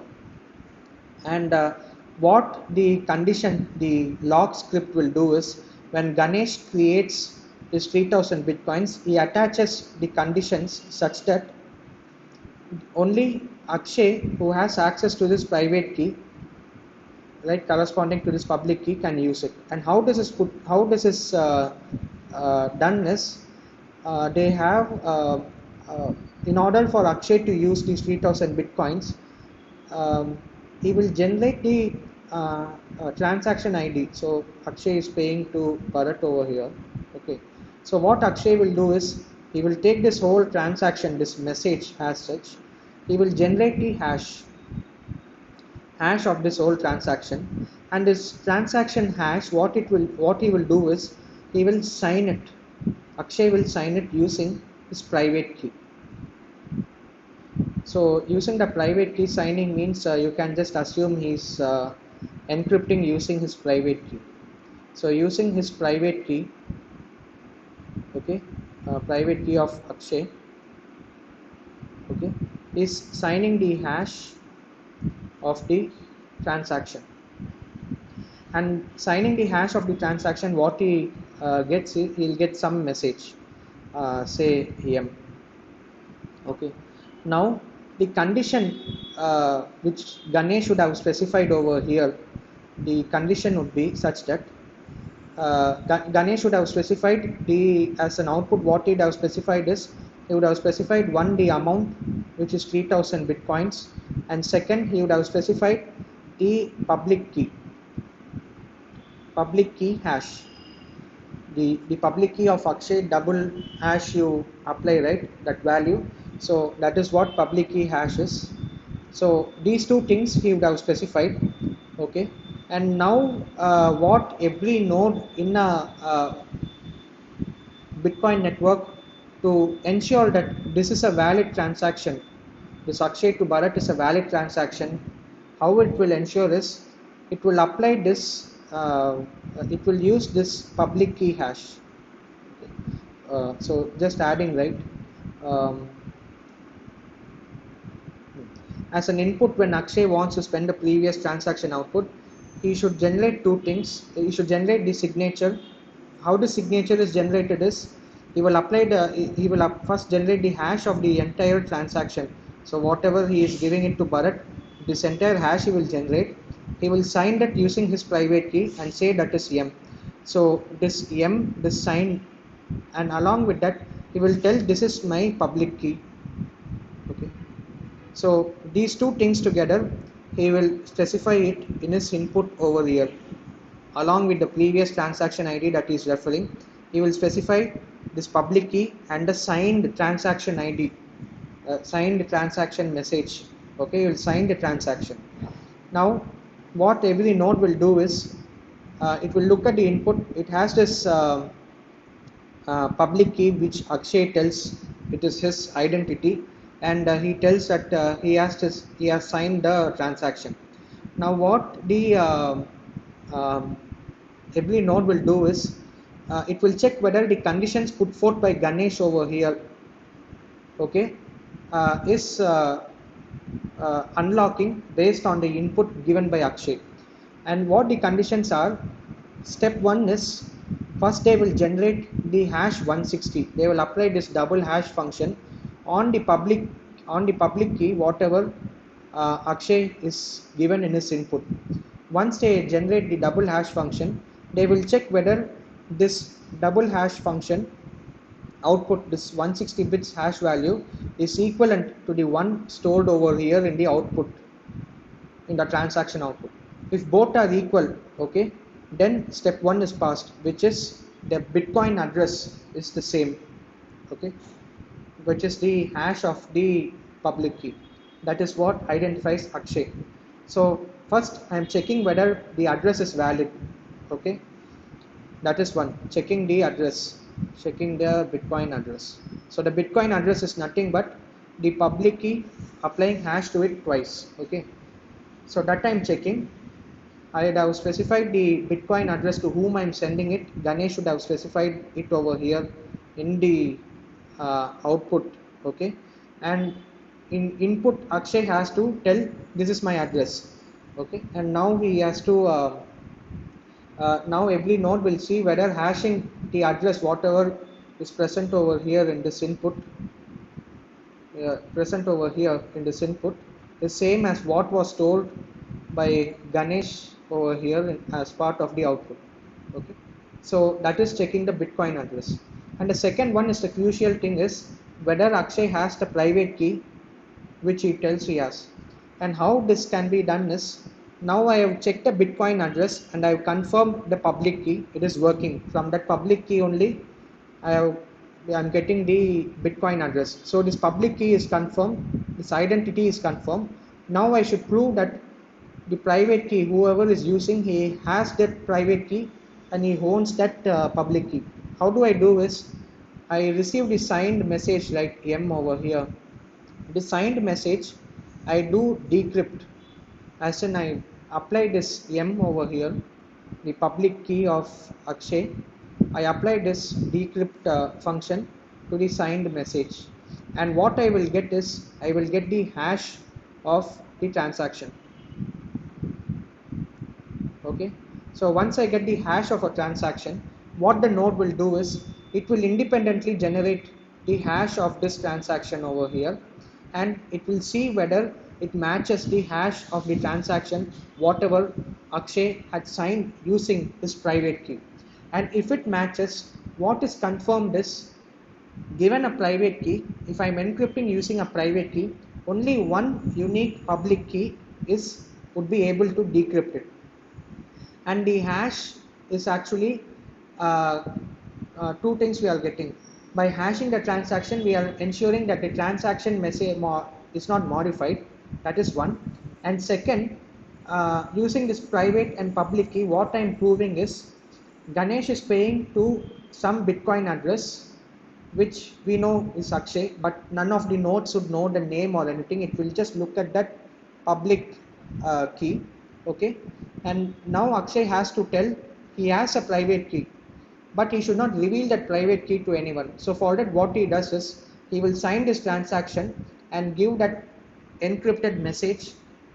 The nodes can check whether that encrypted message, when decrypted using the public key present in Ganesh's output over here, okay, decrypted using that public key, gives that same value or not. If it gives the same value, then I'm proving that for this public key, this is the private key, and whoever has the private key, they are the rightful owners of that much amount of bitcoins, okay. And why Akshay has to give the pass the, apart from the signature, why should he pass even the public key? Why can't it be why the public key can be stored in the output itself, you can ask. I mentioned like in the output it stores the amount and the public key hash, and the rest of like a set of conditions, right. Why can't it just directly store the public key itself? The reason being, I mentioned that all the outputs of a transaction are stored in a database called the UTXO set, and all the nodes in the network would be maintaining this UTXO set. A public key hash is just 160 bits compared to a actual public key which would be like 2 KB or 4 KB. Okay, so for storage efficiency, instead of storing the public key, they just store the public key hash. And now if Akshay has to use this output, he should first provide the public key, the actual public key, which it will check by double hashing it and whether it's equivalent to the same public key hash. And the second, it will check whether the encrypted message, whatever Akshay has pasted over here. So Akshay would have pasted as part of his input the signed transaction. Okay, the signed encrypted transaction. So the node will decrypt this signed transaction using the public key and see whether it is equivalent to the hash of the transaction detail. And if it's equal, then it's sure that that public key is owned by that private key and this transaction is valid. Okay, so this is how public key and private key is used together to sign a transaction and create transactions. Any doubt in this?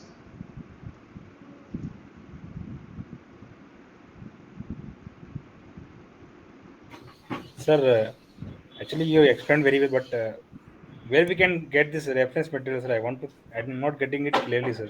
This idea. Sorry, should I explain it again? Sir, you explained it very well, but I couldn't get properly, sir. So where any reference data, any references there where I can read and go into more details, sir? These things.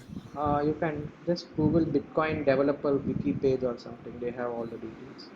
And this actually this question, no, sir. This if you can link with this question, assignment question, then I can get more clarity, sir. I think. The assignment question, I have to look into it. I have not looked into it. Okay. I look into it and tell. But has anyone else like have any doubts? How does public key and private key is used to ensure ownership of these transactions?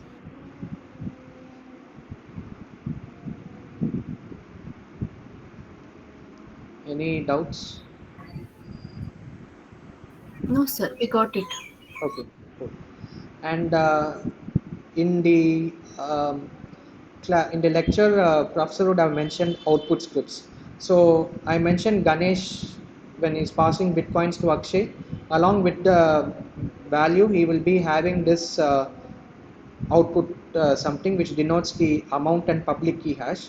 So apart from that, this output script also would be there. So this output script is nothing but this will be the conditions, like a small program which will be interpreted by every node in the network. Okay, so you can refer to professor's slide like how this evaluation takes place, like step by step. And the reason why they have a uh, they have this as part of the output in a transaction is someone had asked previously, say you have say Akshay and Bharat together, they want to send some uh, uh, transactions, or say like someone has sent a transaction to both Akshay and Bharat, so they both can come together and only use that transaction, something like that. All those use case scenarios, right? So to uh, allow all those use case scenarios, it is represented as an output script, the conditions, and input, whatever should be present in the input column, is nothing but the set of signatures which you encrypt using your private key and the corresponding public. Okay, and the every node will have a interpreter which will execute the output script applying these inputs. Okay, and why not a general programming languages? You have to know how much computational resources you will be consuming when you process every transaction, and there will be like lakhs of transactions that you will be processing, and there might be a case that some malicious attacker, what they can do is they can generate a large transaction and want to bloat your network or something, such that the any node which processes the transaction just goes into an infinite loop or something, so like basically a denial of service attack. So to prevent all those things, what they have done is they have limited what operations are allowed in your output script. Okay, like one can be just hashing, one will be just generating a signature, one will be like equal operation like that. And by doing this, just a specific set of operands, if we are allowing, right, in the output conditions, which I'm storing it along with my transaction ID and output index in the UTXO set, right. I'm storing all these output conditions, the output scripts in my UTXO set. Okay, so by having that, what the advantage is, any node, say I am running on my laptop, I want to participate in the Bitcoin network, I'm enthusiastic, but I cannot validate huge transactions. So in that case, what happens is, the Bitcoin network, sorry, like as a node, right? I can just look at transactions which are having simplistic scripts or conditions which I can verify fastly, and those transactions alone I will take and validate. So every node will have an idea of how much time it will take to validate a transaction, to generate the hash, generate the signature, and validate those public private key pairs and all those things. So that's the main aim why they have gone for a custom interpreter to have all these to specify these conditions for using an output of a transaction. Any doubts in this? No, sir. Okay. So in that case, so So, what? Yeah. so 1 minute, sir. Sorry, sir. Sir, one actually that shall I refer that question to you, sir? Actually, what they are doing now in that question, shall I Okay. refer, sir? Just 1 minute, sir. In that, they are telling that Bob wants to send message to allies. So, first step that they are telling is encryption of message and Shyam, public key of allies. sorry. I looked at the message there. It's a typo or something. I'm not sure. I've asked the TAs. Can we discuss Uh, this later? okay, sir. But okay, so that question is wrong, sir. You are telling, I'm is not it? sure. I've asked the TAs. Let me confirm with them. Okay, okay, okay, okay. Okay. Okay, sir. Okay, thank you. Yeah. So, just continuing, right? Whatever I explained before, like the output will be just containing hash of the public key and not the actual public key and all those things. That output script is known as pay to public key hash. So it's basically when Ganesh is paying to Akshay, he will be generating a script, and that script will be paying to the public key hash of Akshay. Okay, and that is one specific output script. And there are other output scripts you can Google and see, like time locked output. Say Ganesh is paying to Akshay, and he sets a condition in the transaction output such that only after a specific time period or after a specific block, that transaction output should be used as an input in another transaction. So that is like time locked output. So in that case, there will be like an extra condition where check time or something. Okay, and in that case, what happens is when Akshay has to use that output transaction, apart from the signed transaction and the public key he passes to as input in this in this input column of the transaction, he has to, the node will also check whether the time at which the transaction was created is correct or not, whether it's about the time specified in the condition or not, and all those things. Okay, and someone had asked in the previous classes, storing data on the blockchain. Okay, so this you term it as unspendable output. So what it happens is, say I want to store some data on the blockchain. Say I want to, just out of fun, I want to store my name Sai on the blockchain, and it has to be always there on the blockchain. Means what I can do is I can generate a transaction, and the input would be something like referring to a previous transaction. Okay, and the output, what I will do is I will generate some output. Say I'm just generating I'm just referring to like 0.01 Bitcoin, and that will be my output also. Okay, and but I won't be specifying any conditions to use it. The conditions would be empty. So if the conditions are empty, right, what's the meaning is, the public key hash, I'm not specifying anything. So irrespective of any private key, right, if the public key I'm not specifying, none of them can refer to this output in their input transaction, and they cannot spend this particular output. So this becomes an unspendable output. Okay, so and what I can do is below this in this empty field of conditions, right, what I can do is I will check a flag called like unspendable. I will just mention it as unspendable, and remaining some 100 bytes of storage is there. So that's the size limit for each transaction, it's assumed. So for this 100 bytes I can store some message like Sai rocks or something. Just for fun I can store any message, or I can store a hash of a document or something. So what happens is finally this none of them can refer to this output, none of them can spend this output, but this transaction will be part of your blockchain. So this is what is unspendable output. And the second type of script is called pay to script hash or something. Okay, so when I mentioned like say Ganesh pays to Akshay, he has to specify all the conditions that he should specify like a mini script such that when I apply Akshay's public key and the signed message, it should evaluate to true. Okay, so those conditions he should specify. So it will look like this over here. Okay, so these conditions Ganesh has to specify. Say Ganesh is a newbie, but he still has to do some transaction in the blockchain, in the Bitcoin network. Now, what happens is he can make some mistake while generating these conditions. He can get this hash, public key hash, some digit. If it goes wrong, then even if you have the correct public key, the output cannot be spent, and all those things can occur. So what Akshay can do instead is he can generate this script as a whole. He can generate this script, and he can generate the hash of that script and pass that hash to Ganesh. And Ganesh will pay that 3000 bitcoins to this particular hash.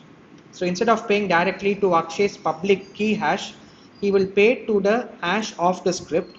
And what the node will do is what Akshay should do is, apart from just giving his public key and the signed transaction, he should also provide this script as a whole as an input in the transaction. When he has to pay to Bharat, he has to refer to that output transaction. And what the node will do is it will check whether the hash specified in the previous output is equal to the hash of the script, and then it will uh, start executing the script on the other inputs that Akshay has provided. So it simplifies your payment procedure.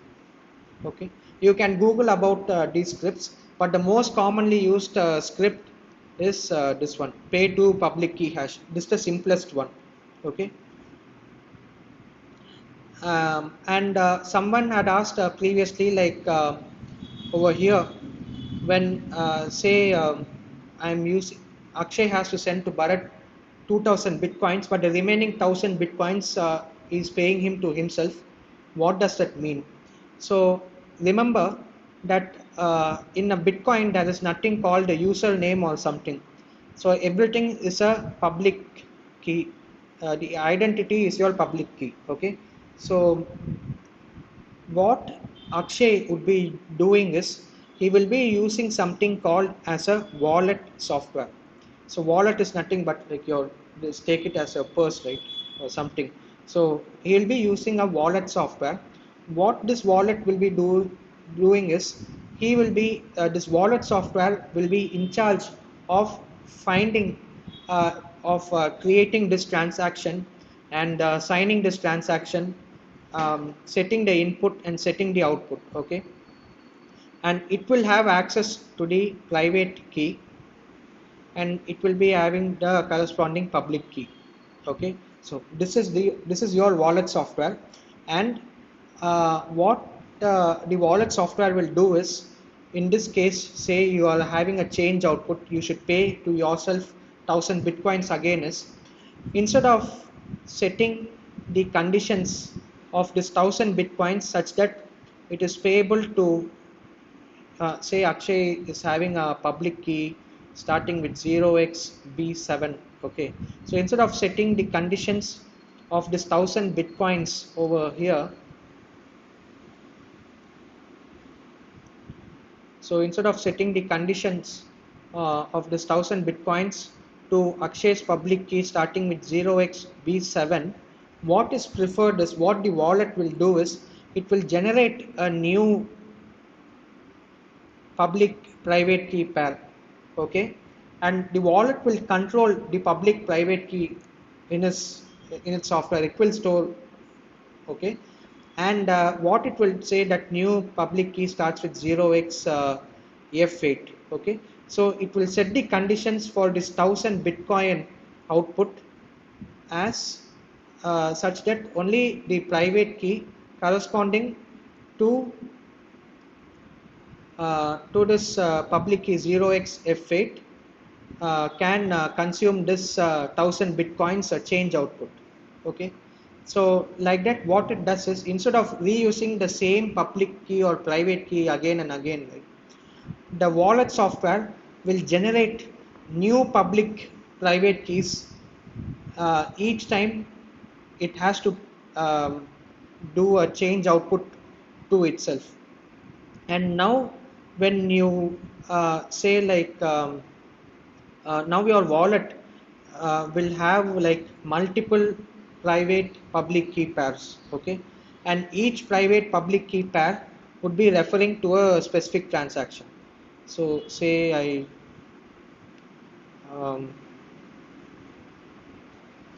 over here. So what you can what you can do is, say Ganesh pays to Akshay 3000 bitcoins, and say some other person Leo pays to Akshay 1000 bitcoins. Okay, so it need not be the case that the condition, that the public key, whatever they are specifying as condition in the output, it need not be the same in both these transactions. Here it can be some public key BF, and here it can be some public key FA something. Now if Akshay has to use combine these two accounts, right, these two 3000 plus 1000, he has to set it to 4000 bitcoins and use it. Means what he will do is, he will set two inputs. The first input will be using the private key corresponding to this public key, and the second input will be using the private key corresponding to this specific public key, whatever he had used for Leo's transaction. Okay, so in this way Akshay can be having hundreds or thousands of public and private key pairs, and your wallet software will be in charge of maintaining those public and private keys, and you should make backup of those public and private of those private keys. Okay, if you lose your private key, if it gets deleted or something, you cannot consume the transaction outputs, because only with your private key you can sign a transaction and refer to the previous transaction output and consume it. If you lose your private key, game over. You cannot access those bitcoins. Okay, and your wallet will be in charge of maintaining those public private key pairs. And the other thing is, say um, Akshay, say Ganesh, oops, okay. Say Ganesh paid to Akshay 1000 bitcoins, okay, and Leo paid to Akshay 200 bitcoins, and Bharat paid to Akshay 100 bitcoins, okay. Assume this. Now I want Akshay to pay um, Christie, say 300 bitcoins. Now the wallet, your wallet software, what it can do is, it can either generate a transaction such that it refers to this two specific outputs, 200 and 100, such that both together it refers to 300. okay, or else it can generate another transaction with just one input referring to this single transaction. So it's up to the wallet to decide which transaction outputs it should use in an optimal way, such that the transaction size is limited and the output whatever you have to pay someone else is created. It's similar way like how you search for change in your purse, right? Yes, sir. Say when you have to pay the coffee shop owner 100 rupees, either you can give a 1,000 rupee note and get change back, or you can search for exact 100 rupee note and give it to the coffee shop owner. So Yes, sir. this is all the wallet software would do for you. Any doubts in the wallet software? No, sir. Okay, cool. So this is how, so I'll just take another 15 minutes maximum. The session would be recorded. Uh, if you don't have time, you can sign out. Uh, I'll just spend more 15 minutes just to cover the topics alone. Okay. So this is what the wallet software is all about. Okay. So the wallet software is will be holding your public-private key pairs, and in Bitcoin, one key thing to note is um, there is nothing associated with your Bitcoin address or something. Your Bitcoin address is nothing but derived from your public key, and the public key private key pair, you can maintain multiple such public private key pairs, and everything should be looked via like transaction wise only. Your uh, wallet is the software.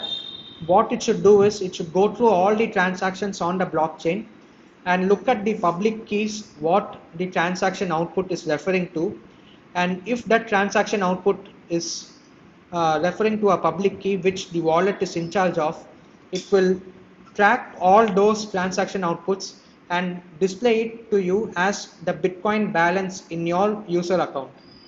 Okay, so that all the wallet only does.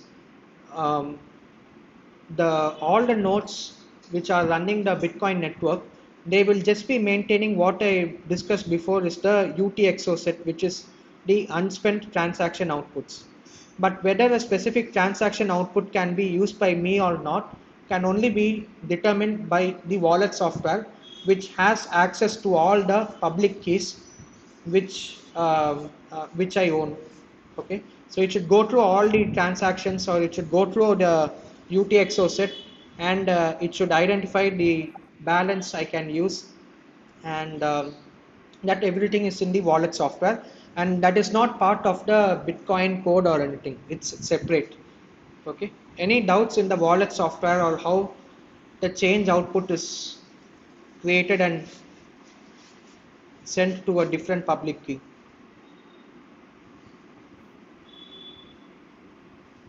No, sir. Any doubt? No, sir, it's clear. Okay. So now wallets are done, and we have created a transaction successfully. Now what we should do is we should propagate the transaction to all the others such that it gets stored in the blockchain. So by propagating is in a Bitcoin network, right? There are different types of nodes. So one specific node is known as the miner node, which generates block, and it will get paid as rewards in Bitcoin. The second type of nodes is full nodes, which they don't generate any specific blocks or anything, but they act in the collective interest that Bitcoin should be stable and only valid blocks should be added. So what and these full nodes, what they do is they just ensure the validity of the blockchain, ensure the validity of blocks and all those transactions. So ensure all those validity. They don't get paid in any rewards or anything similar to what the miner does. They don't get paid in Bitcoins, but the general incentive is if the Bitcoin is secure, then the Bitcoin, one Bitcoin to this many US dollars, it will keep on increasing because investors and all those people gain more confidence in using Bitcoin. So that's their reward for these full nodes. And there is something called router nodes. This Bitcoin is a decentralized network. You might be in India, you will generate a transaction and you should send it to all over the world. In all the nodes UTXO set, that transaction output has to be updated. That the new transaction output has to be added and the old transaction output has to be deleted from the UTXO set, right? So to all the nodes I should propagate my transaction. So for that, in between there will be router nodes which just checks the transaction whether it's valid or not. It might just check, or it can just blindly propagate the blocks and transaction, just like relay nodes, okay, for last mile connectivity and all those things. And the other type of nodes is called as lightweight nodes or payment verification nodes. And the your wallet software and all those things, right, they will come under these lightweight nodes. Say say Akshay is using a wallet software. He need not validate the entire blockchain, or he need not generate new blocks to participate in the Bitcoin network. What that wallet software will do is it will go and ask a full node to send back all the transactions which are being paid to a set of public keys. So I mentioned that the wallet will be maintaining a set of public key, private key pairs, right? So all the public keys that I am interested in, the wallet will go and ask the full node, and the full node will return back all the blocks containing these transaction information. And now the wallet will go through all those blocks and it will generate an account balance for each of those public keys. And when Akshay wants to do a new transaction, the wallet will create a new transaction using those specific public keys which it deems feasible, and it will generate a transaction and send it to the full nodes and miners, etc. So your wallet software comes under lightweight nodes. Okay. Any doubts in the classification of nodes? No, sir. Right. So now we looked at classification of nodes. We created a transaction, and we should propagate the transaction to all the other nodes in the network such that it gets added in the blockchain. Okay. So for that, what are the validation rules? The validation rule is it should ensure that it doesn't spend from doesn't do a double spend. So by double spend, what I mean is it checks the UTXO set, that database, and if the transaction input is not present in the UTXO set, if it's the output whatever it is referring to in the previous transaction, if it's not in the UTXO set, then it means it has been spent already. In that case, the double spend check fails and the transaction is invalid. Okay. And the second important check is over here, which is nothing but your that script, right? The conditions, the private key and public key script, which should be coming together in order so that you prove that you own that public key using that signed private key message. So that script should evaluate and should be a success. And if these are the two main conditions to determine whether the transaction is valid or not. And the third condition is sum of input is greater than sum of outputs. So what I mean by this is, say you have 3000 bitcoins and you're sending, this is your input, and you're sending 5000 to someone else, means this is valid, you are just invalid, right? So you are just generating new bitcoins out of nowhere. So this is invalid. So your input should always be greater than or equal to your output. So why greater than or equal to? Why can't it be just equal to? Because in my previous case, when I mentioned 3000 Bitcoin Akshay has and is sending it to Bharat 2000 Bitcoins, and the remaining 1000 is paying it back to himself by generating a new public key private key pair. Why isn't um, where will the case of greater than come means?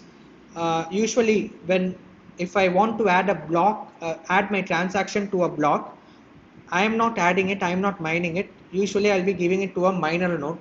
He has to add that transaction in a block, solve the puzzle, waste electricity and all those things, right?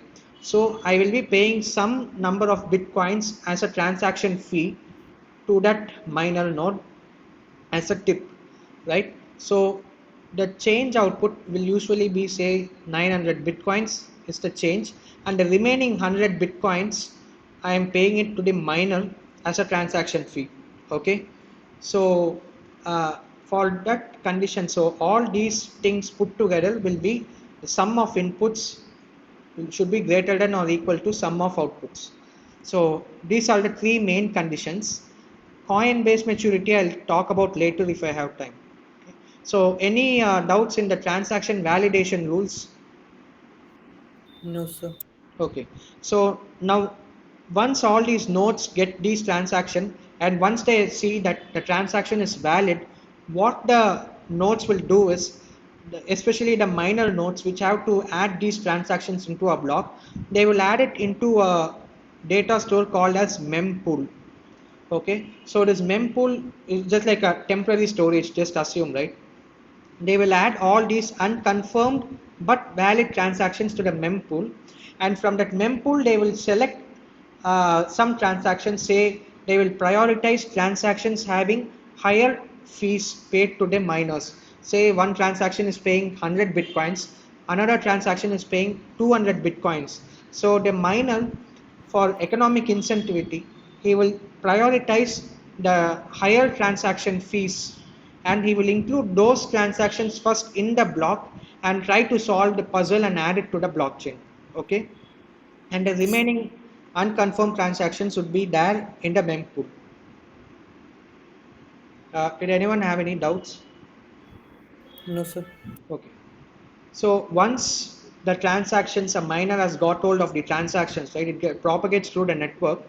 What happens is next he has to add, accumulate the transactions and generate the blocks. And once a block is generated, he should add it to the blockchain and propagate the blocks. And generating a block, what the miner does is, say he has transaction 1 till transaction 100, all these transactions are there means he will generate a Merkle tree. So you can refer to my previous I guess week 1 lecture.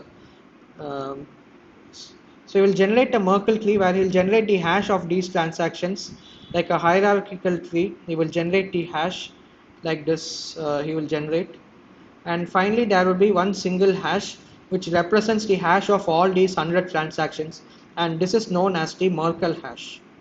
Okay, so this will be the hash of the all the transactions he wants to include in a specific block.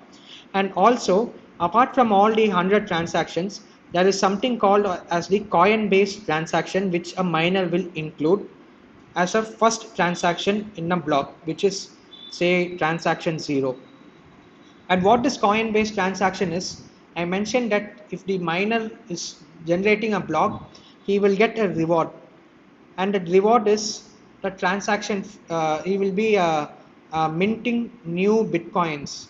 Okay,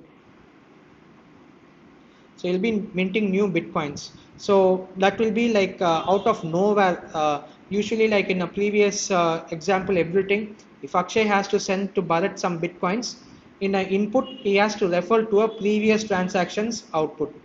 But where does these bitcoins get created in the first place? When a miner generates a block, bitcoins just gets created out of nowhere, and that reward would be constant for a specific period of blocks, and that number is 210,000 blocks. The bitcoin reward would be constant, and once it process it will be reduced by half. Okay, so currently it's around like 12.5 bitcoins or something around that. No, sir. 6.25 perhaps. Or 7.25. Okay. 6.25. 6.25. Okay, it's reduced by half. Okay, Yes, so sir. 6.25. So every miner, what they will do is, if they have successfully solved a puzzle and they have generated a block means, as part of all initially before all the transactions, they will include this coin based transaction where my input, the structure of the transaction would look like this. The input will be like empty, because I'm not referring to any previous output. It's minted new. But over here, I will specify the public key of the miner. The miner will specify his own conditions. That is the miner's own public key. He can specify, and the output value will be 6.25 bitcoins. Okay, and now and also apart from this, all the transaction fees, right, that the miner is entitled to, say transaction 1 to 100. Okay, in total they are having some transaction fees, say 1000 bitcoins as fees. He will include those values as 1000 bitcoin and set the conditions accordingly, like payable to the miner's public key, like that. Okay, so the whatever reward, the transaction fee plus the newly generated bitcoins, whatever the miner is entitled to, that will be part of your coin based transaction, and that will be the first transaction in the list of transactions that the miner includes in the block. Okay, and another subtle thing to note over here is, even this coin based transaction is part of your Merkle tree when you generate the Merkle hash. And how the transaction fee is calculated is, it's implicitly defined. So say when Akshay sends to Bharat 2000 bitcoins, means he will specify a transaction ID, a previous transaction ID, which will be having 3000 bitcoins. Okay, and he will specify 2000 over here and the conditions for Bharat, and remaining 900 he will specify such that condition for himself, Akshay. Okay, so here if you notice, 2000 plus 900, remaining 100 bitcoins Akshay hasn't specified anywhere in the transaction. The miner, what he will do is he will subtract the outputs, this output from the input over here, and realize that 100 bitcoin is not mentioned anywhere, which implicitly is that it is taken as, can be taken as fees. So all these transaction fees, everything will be coming as part of the uh, will be part of this coin based transaction, and which will be the initial transaction. Okay, so any doubt in this coin based transaction? Uh, Sorry, one doubt here actually. You said the 6.25 now it is rewarded, right? Yeah, Assuming that if it is increasing for every 4 years, it will be off of that price, right? right. So if it is in ongoing things, right? It would. I mean, Bitcoin have the limited number of coins supply, right? So after 2140 years, I Yeah, mean, what everything will will. So two ways it can go.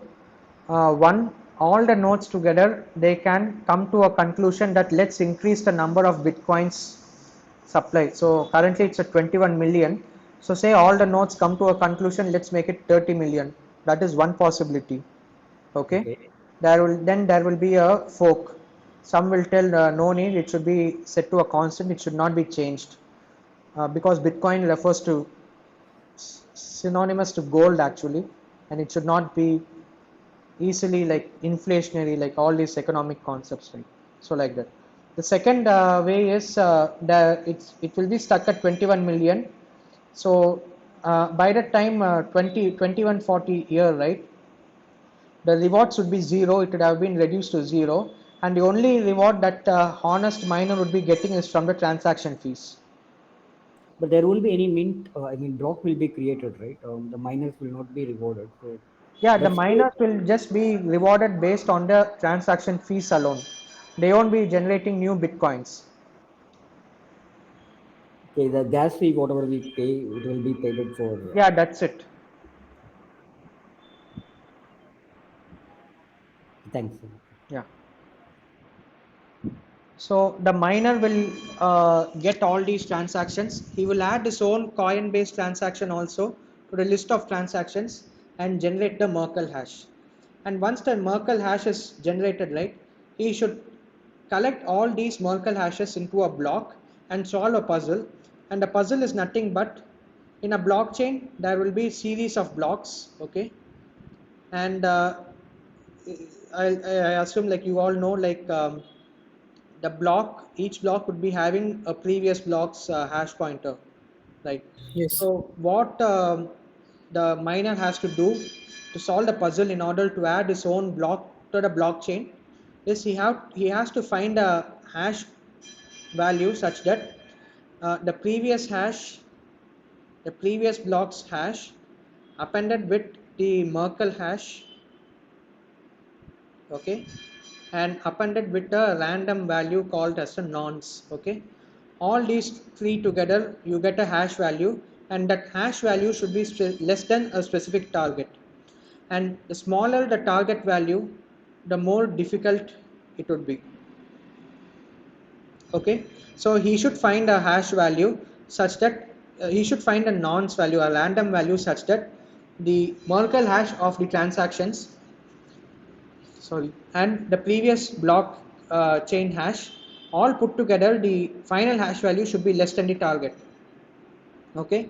So this is difficult to compute because there is no like a set algorithm to do this. It's totally random, so you should do a brute force search of all the nonces applicable to, and luckily you will get a hash value such that it is less than the target, the difficulty target. So that is difficult to compute, but for all the other nodes it is very easy to verify, because when a miner gets the puzzle right, he gets a nonce value, he will send out the block along with the nonce value to all the other nodes, and the other nodes can just look at the previous hash value, the Merkle hash, and look at the nonce value which the node has, that miner has propagated, hash everything together and see whether it is less than the target value, okay. And so it should be easy to verify, and the proof of work, this target value, right, it should be parameterizable, as in the idea is every 2000 100 blocks, 2000 every 2160 blocks or something, my difficulty would be changed, okay. And over here I'd have written, yeah. So every 2016 blocks, my difficulty would be changed, and if the time period during which this 2016 block gets added, right, if it's less than 2 weeks, then it means that more miners are there and they are adding blocks at a increasingly fast rate, so they increase the difficulty, as in the target is reduced. And if the time period for of the last 2016 blocks are more than 2 weeks, it takes 1 month to add 2016 blocks, means my target would be increased, that is the difficulty decreases, the time to add a block decreases, okay. And also there will be a um, limit on how much the difficulty can step up or step down. You cannot just increase difficulty by 100% and decrease it by 300% like that. It can only increase and decrease by a scale of 4 maximum, 4x, that's it, not more than that, up or down, okay. So there is this limitation, okay. So now what every miner will do is, once they are able to find a hash, right, using that nonce such that it is less than a specific target value, they will create a block header based on the block of transactions, and the block header will contain these things: the previous hash of the block which they are linking to, the Merkle root of all the transactions, the time period at which the block was done, and the random value which they have used, which they have found, which solves the proof of work puzzle, okay. So this is the block header, and once this block header they have found, means they will propagate this block header along with the transactions um, to the other nodes, okay. And now what the other nodes will do is, they will validate the block, and they will validate whether the block header structure is correct, and whether that nonce satisfies the proof of work puzzle, that they will validate. And next they will validate whether the block size limit is correct. So currently it's around like 8 MB, I guess, I'm not sure. So that block size limit, as in the all the transactions included in the block and all those things, whether it's less than 8 MB or not. And also they will validate whether the first one is a coin based transaction, as in uh, the coin based transaction, whatever the miner gets rewards for, it should be the first transaction, and it should be the only one in that list of transactions. Okay, that it will validate. And also it will validate that the block timestamp is within 2 hours in the future. So in the previous thing I have mentioned a timestamp, right? So if the previous block is say at 10:15 it gets created, the next block it should not be like plus 1 day or something, like the next day it should not have a timestamp. And the reason why it should not have a timestamp of not more than 2 hours in the future is, um, every 2016 blocks, my difficulty will increase based on the time period during which it was added to the blockchain. What an attacker can do is he can just randomly set the time to 1 week in the future. Okay, say like all like 2015 blocks get created within 1 week. It's well on time, like 1.5 week it takes time to create 2015 blocks. The attacker, what instead of generating the 2016th block, even though if he generates say just 2 hours after, right, what he will do is he will set the timestamp as plus 1 week. Okay, what will happen is now the difficulty will be decreased, because the last 2016 blocks it will see, and it has taken more than 2 weeks, which is 2.5 weeks. It will look at the timestamp of the last 2016 block and the first block, and the time difference would be around like 2.5 weeks, and it is more than 2 weeks, and the difficulty decreases. So the attacker is able to influence the difficulty. So to avoid this, we have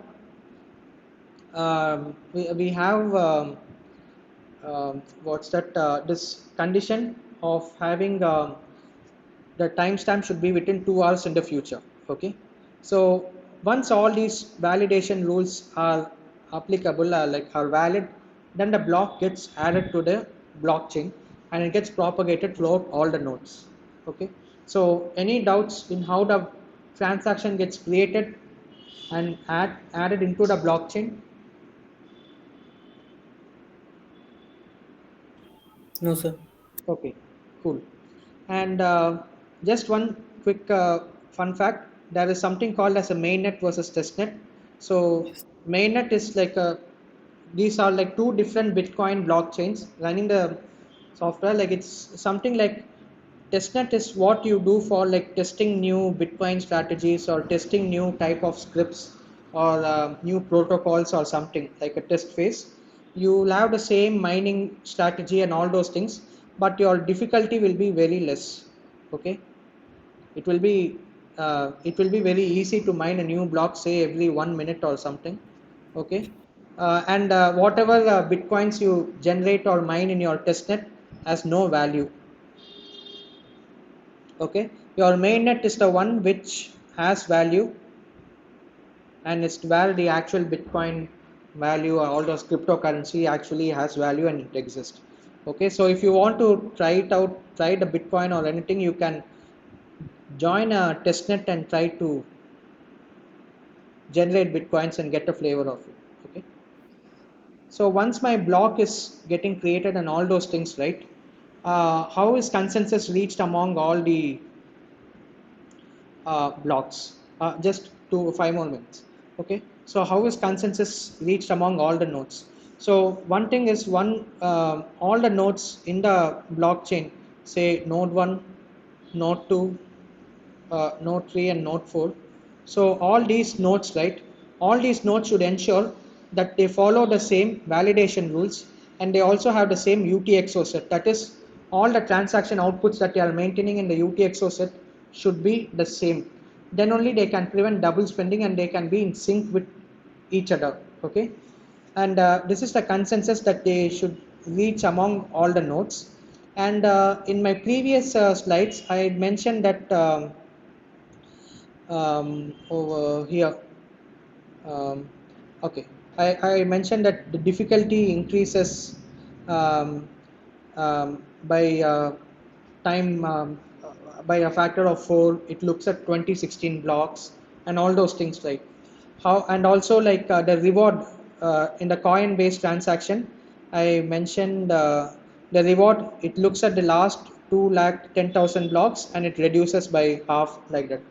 Okay, so how do you ensure that say like I am a miner, I generate a coin based transaction and I just instead of specifying over here, instead of specifying 6.25 bitcoins, I just specify 100 bitcoin as the reward I'm getting. I'm generating 100 bitcoins out of nowhere. How does all the other nodes ensure that this doesn't happen? This it's because of the validation rules. All the nodes should follow the same validation rules, and individually, independently, every node will have a rule stating that look at the last 2,10,000 nodes, like 210,000 nodes, 210,000 blocks, and if the block reward is the same, right, then the next block reward should be reduced by half, which is 6.25. So it will look at the block height number, it will look at all the previous block it has in the blockchain, and it will independently ensure that the miner who generated that block is rewarding himself with the correct amount of bitcoins.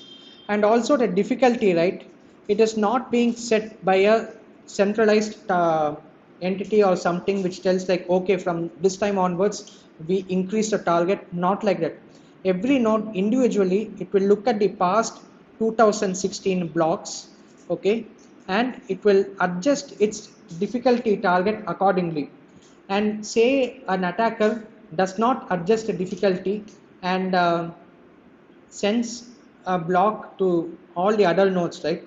The other nodes, the honest nodes, will reject that block if it's not following the difficulty rules with respect to the last 2016 blocks. So all these validation rules are achieved in a decentralized way among all the nodes in the Bitcoin network. And this is what is the magic of Bitcoin, the way how it achieves decentralization. Um, by each node independently applies these validation rules on each block on the blockchain and ensures it is valid as a whole, right? So all these things is also consensus among the nodes. It's not just they um, agree on a consensus on the UTXO set, as in the number of bitcoins a public key can refer to, or like that UTXO set, the unspent transaction outputs. The consensus also deals with whether all the nodes follows the same validation rules to validate a transaction and validate a block. Okay, so this is what consensus among nodes is all about. Any doubts in this? No, sir. Okay, cool. In that case, say as a full node, if I have to validate a blockchain, right, what should I do? I should download a Bitcoin core program. It is in multiple languages like Python, C++, anything. And second, I should find a peers who to whom should I should connect to. And once I find out the peers from whom I will receive the blockchain, the actual blockchain, right, I should download all the block headers. I should validate my block headers, as in that proof of work, right, that hash of the previous chain will, and along with the nonce, it's less than a specific target, right? I should validate all those proof of work blocks. Then I download the full blockchain, that is the all the transactions in a specific block, ensure that all the transactions are valid, as in like each transaction I go through its input, I see whether it's pointing to a proper specific output. I execute that output script, as in that private key and public key pair, I see whether it matches. All those things I go, I execute it sequentially, and finally I will arrive at a UTXO set, as in all the unspent transaction outputs. Okay, so this is how a full node will boot up and it will arrive at a UTXO set. And say if you have a full node, right, in the full node, the Bitcoin folder, the contents will look like this. So the peers will nothing but all the nodes it has connection to, and the chain state is nothing but the UTXO database it is maintaining. And say as a full node, it is maintaining a wallet um, for Akshay or someone. So all the public key, private key pairs it will be maintaining over here. And mempool is all the transactions it has heard, but it has not yet included in the block. And this block is nothing but your blockchain. And ban list is something interesting, as in say you hear some transactions from neighboring nodes, but those transactions turn to be invalid, or the blocks turn to be invalid. In that case, what happens is all those nodes from which it heard invalid transactions or block, all those IP addresses will be added to the ban list, and it will stop hearing from those. So this is how a full node will look like when you start looking into. Okay. And there is something called mining pools. I guess everyone knows, like you can, all the miners can come together and try to mine a single block. The limitation is it can get power centralization. Okay. And just going forward, okay. So there is the notion of forks. So say like two miners add a block at the same height, right? This is block B1 and block B2. Which one is added to the blockchain? Both will be added, but eventually, like only one on top of one block alone, the other blocks should be added. Say B3 and B4. And after some time, what happens is this will be like an orphan block, and all the transactions in this block would be added to mempool. And this will be your strongest block, your longest chain, and this will be the valid blockchain. And this block would be like an orphan block, and it will later be added to B4 on top of it. So forks are eventually organized and like through reorganization, and the waiting time for every block to get confirmed in a blockchain is like 10 minutes. And once you are confirmed that 6 blocks are added on top of your transaction, let's say this is block B1 and 6 blocks are added, B3 to B6, B7 is added, means you can be sure that 99% my B1 block would not be an orphan block, and there won't be a new chain, because that much hash power the other miners have to ensure that such that it crosses B7 and goes till B8. Okay, so this is what is known as blockchain finality, as in to ensure that my block is indeed added into the blockchain and it's not deleted later on. Okay. And one interesting aspect is, why did Bitcoin have a condition like every 10 minutes block is added? Why not 1 minute? The thing, because if it's a decentralized network and you have multiple nodes across the continent, across the world, in fact, so every 1 minute if a block gets added, right, the number of orphan blocks, the simultaneous blocks getting added to the blockchain might be very high.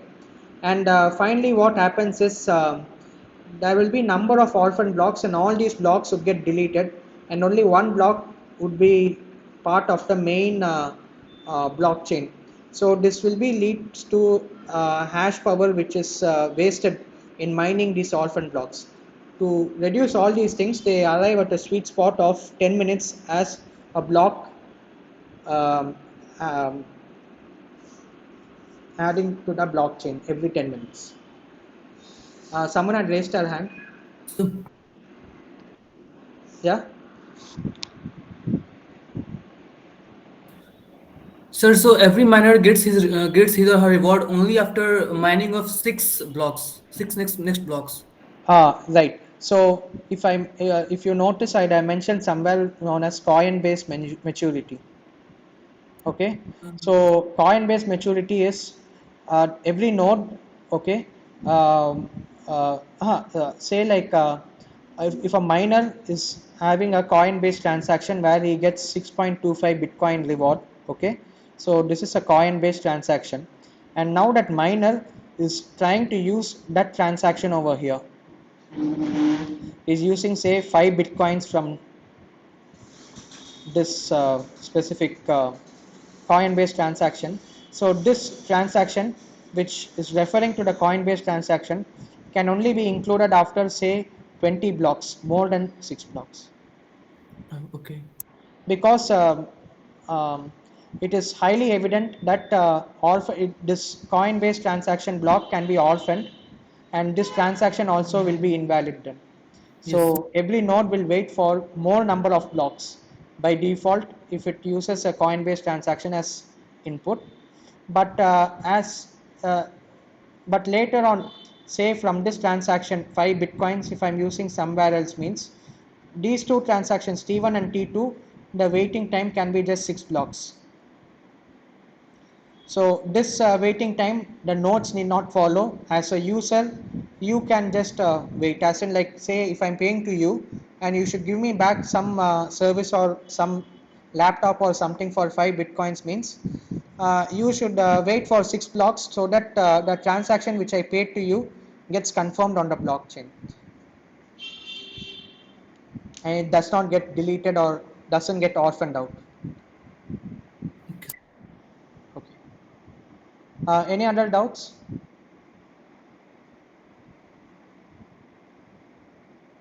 No, Okay. sir.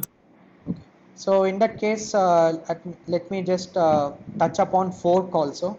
So till now I mentioned that there are orphan blocks which can be generated because two miners generate a block at the same time, but only one block will be eventually in the main blockchain. So that is an example of fork, and that is automatically resolved by your Bitcoin protocol by following the longest chain. Okay, but there is another fork with respect to validation rules. So if you see the previous slide, right, I mentioned there should be consensus among nodes with respect to your validation rules and UTXO set. The UTXO set is nothing but your transactions, the block and all those things, right?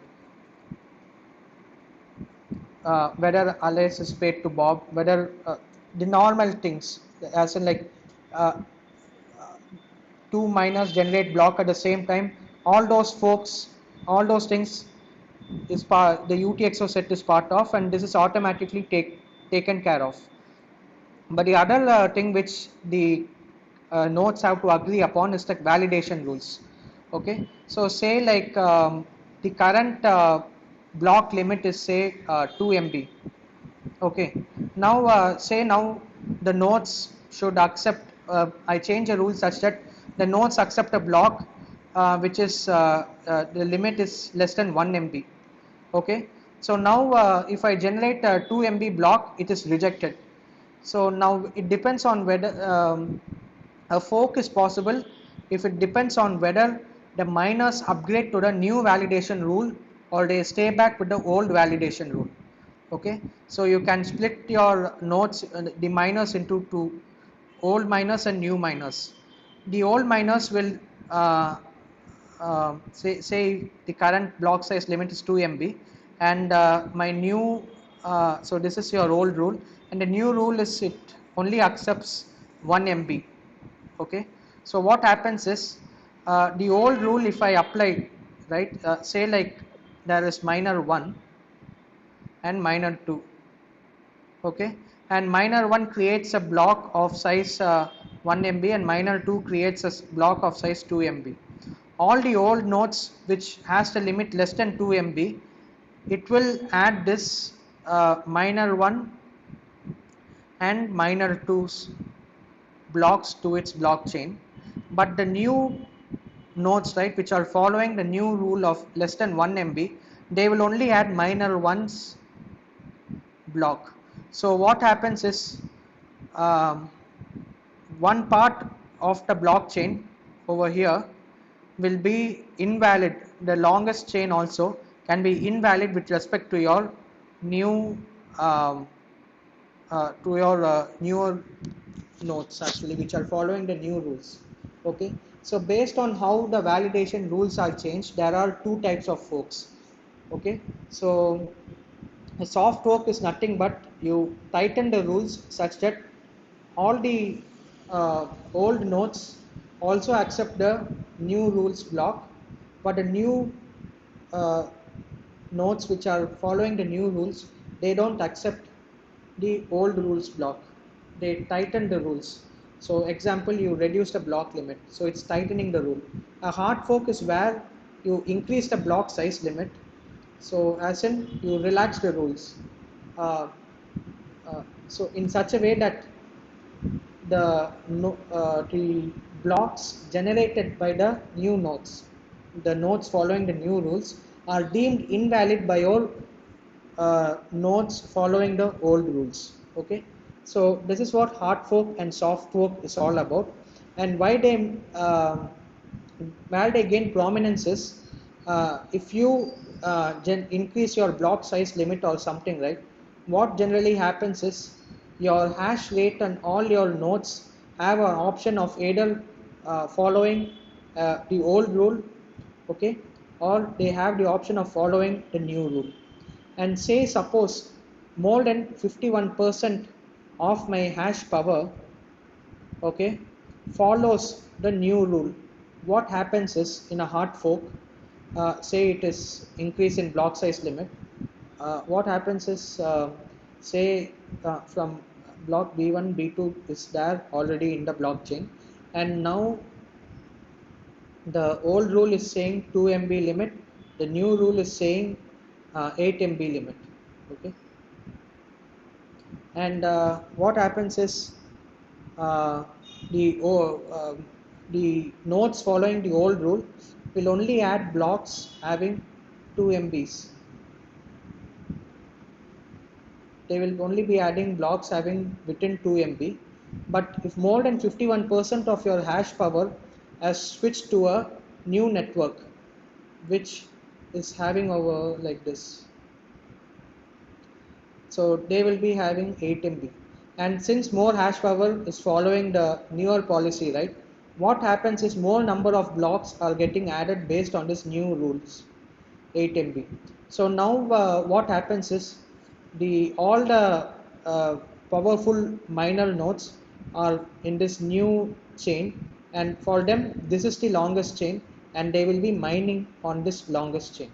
But the nodes following the old rules, right, they will be according to them 8 MB blocks are invalid. It doesn't, it's not less than 2 MB, so it's invalid for them. And even though this is the longest chain, they will deem it to be invalid, and they, for them the longest valid chain is this one. So the older nodes will be mining in this specific blockchain, and the newer nodes will be mining in this specific blockchain. And what has happened is a permanent fork has occurred, which the Bitcoin protocol cannot merge together. And this has happened in Bitcoin because once the limit has increased, right, the original Bitcoin was termed as Bitcoin Cash, and the new Bitcoin is the one which is the actual Bitcoin. And now you have like two different blockchains, and this one is blockchain 1, you can give it a separate name like Bitcoin 1, and this one will be Bitcoin 2. And these two Bitcoins will be different, they will have different rates and all those things, and they can have different rules, everything. And to avoid all those things only, a soft fork is recommended, because the idea is the old nodes, right, they can the old nodes will still accept the new blocks, so it's backwards compatible. They don't reject the new blocks. If they want, they can upgrade to the newer rules, they can follow the newer rules. If they don't want to, they are still part of the longest chain, and they still accept all the blocks um, which are validated by the tighter rules. So that's what the soft fork is all about. And Uh, so, yeah, so actually, I had a doubt in the consensus. So, yeah. So, like in the consensus, like why did we prefer liveness over safety? Okay, so liveness over safety. So the general rule is both of them cannot be achieved in a asynchronous network. Yes, sir. Okay. One. So usually safety was preferred over liveness. So in the case like at any given time, all the nodes would be having the same blockchain. Okay, that is safety. Yes, sir. But safety would be an issue when you have a permissionless network where you don't know the identities of each node in the blockchain. Yes, sir. So in Bitcoin, they prefer liveness in such a because in a permissionless network, it is easy to achieve liveness over safety. Okay, and a cool trick that Bitcoin does is they prefer liveness, that is like blocks keep on getting added to the blockchain, but after some time some blocks get orphaned out because they follow the longest chain rule in order to ensure safety. Okay, sir. Um, so like there was also a question in the assignment that like permission has like more safety, but uh, like because but won't we like still have like less trust because we are still having a trustless network, right, sir? Even in a permission setting. I didn't get your doubt. uh, Like even in a permissioned network, sir, okay. we have a like completely trustless setup. Yeah, you're having a trustless setup only because you're not giving in charge of the blockchain to a single node. Everyone is in charge of maintaining that blockchain. Yes, sir. So like how could we ensure safety in that? So like we don't trust each other. So like No, how do okay. we So ensure? we trust as in like we ensure that majority of them vote for a specific block to be added at a specific height. Um, but So still like if like the main point of permission was that like it was much more smaller, so like and everyone like was pre-authenticated, so couldn't they collude or like because everyone knows each other, couldn't they collude with each other like more than in like completely permissionless network? So finally, in a permission network, right? The goal is, say, um, you know the identities of all the other nodes, but there Yes. can be an asynchronous network sitting in between, like they cannot receive any messages in between, like that. And one of them can be an attacker, okay? And they can try to thwart the messages, or they can try to send malicious messages, like that. They can try to double out or something, okay? Yes. And your protocol should be made such that all the nodes after an voting step, all the honest nodes, okay, take this point clearly, there can be like dishonest nodes and honest nodes. All the honest nodes should arrive at the same conclusion, Okay, sir. and that is what is preferred in the permission network, and it is easy to achieve safety in that case. And liveness is safety is preferred always, because liveness, I can be stuck for 1 hour or something, but it should not go wrong anytime. That is what is done. So like if a block is added in a permissioned network where safety is preferred, it is 100% added, you cannot reverse it. Whereas in this liveness is when it's preferred in like Bitcoin, right? You tell Yes. like I should wait for 6 blocks, because there is the chance of blocks being orphaned out. Okay, sir. um like also there was like a related question is like there was a question in the assignment they ask if permission blockchain is inherently more secure though. So So inherently more secure. it is pre-authenticated and like everyone knows. Yeah, it's because see in Bitcoin, like this mining pools and all those things, right? And the upgrades are easy in a permission network, okay? Yes, Because sir. validation rules and all those things, things become very easy to achieve consensus and all those things. But in a truly decentralized network, it's a difficulty to achieve consensus. You, But like, regarding the security, sir. security wise, see, always if you see, given a chance where they tell like in a Bitcoin also you get to know all the other identities of the node identities beforehand Yes, in sir. an easy way, why not go that way? Like if there is a way to know the identities, right? Yes, sir. Cool, you can get to know the identities, but it is impossible in a large scale worldwide network. So Yes. that's why they have to live with that assumption. But if you are able to authenticate your identities, right, you stop a string of denial of service attacks and all other attacks. Yes, sir. Oh, And okay. in fact, you need not have a notion of like a blockchain and finding a proof of work. You can replace proof of work with some other faster consensus mechanism. Okay, sir. Like, but that's what, so like, so regarding that is like permission blockchain, like more secure, like though, like because consensus is easy because everyone knows everyone, but is it much more secure because if we are using a simpler, like because we are switching the algorithms itself, like from. Not like switching the algorithm and all those things. Secure in the sense you know all the nodes beforehand, and that Okay. feeling of secure is there. Like if anything goes wrong, say like in a Bitcoin, like if some node behaves maliciously, right? Yes, Uh, sir. that same node can just plug in into some other laptop and join the Bitcoin network and that attacker. Sir. So your consensus becomes a bit more difficult to handle all those malicious activities. In this thing, it is more secure, as in you can handle it easily. Okay. That's why they tell it securely. Okay, sir. Thank you, sir. Yeah. So, So, yeah. so my question is about regarding fork. Can we go in more depth in next session on fork? Like what fundamental changes when like what are the differences between Bitcoin and Bitcoin Cash? What things changes after fork? So next week, I guess we'll be going into Ethereum. Okay, So I guess I should be in sync with the lectures, but I okay, can touch upon forks again next week if you want. yes, sir. But I wish you can just Google out Bitcoin and Okay, Bitcoin Cash beforehand okay, and attend the next lecture, and I can explain about forks again. okay, sir.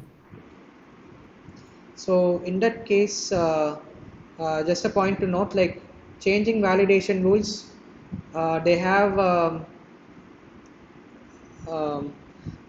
there is a mechanism where you can get votes among miners, and if the vote crosses 90% or something, then you upgrade to a new validation rule and all those things. And how the vote is recorded is in the coin based transaction, your input is empty, right? Because you are not referring to a previous output. So in that input, you specify your vote, whether you want to switch to a new rule or not. And all the other miners can look at the coin based transaction input and get to know whether some miner is voting for or not, like that.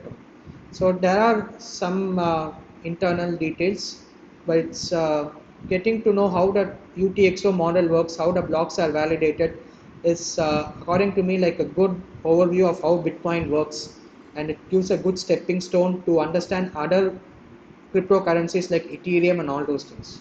Okay.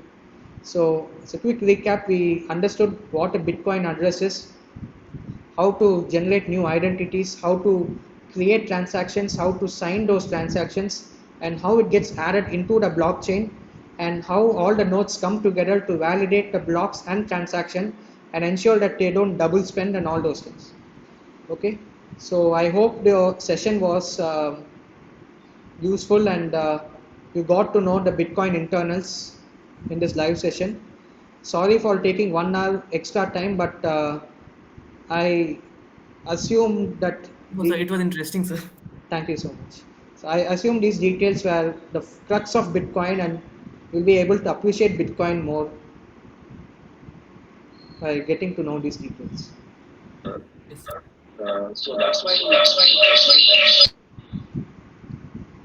Hello.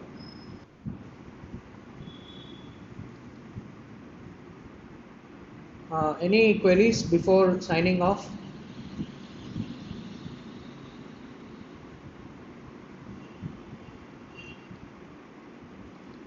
So if no queries, then we can wrap up the session. Thank you everyone for attending. Thank you, sir. Thank you, sir. It was really useful session. Thanks. Thank you.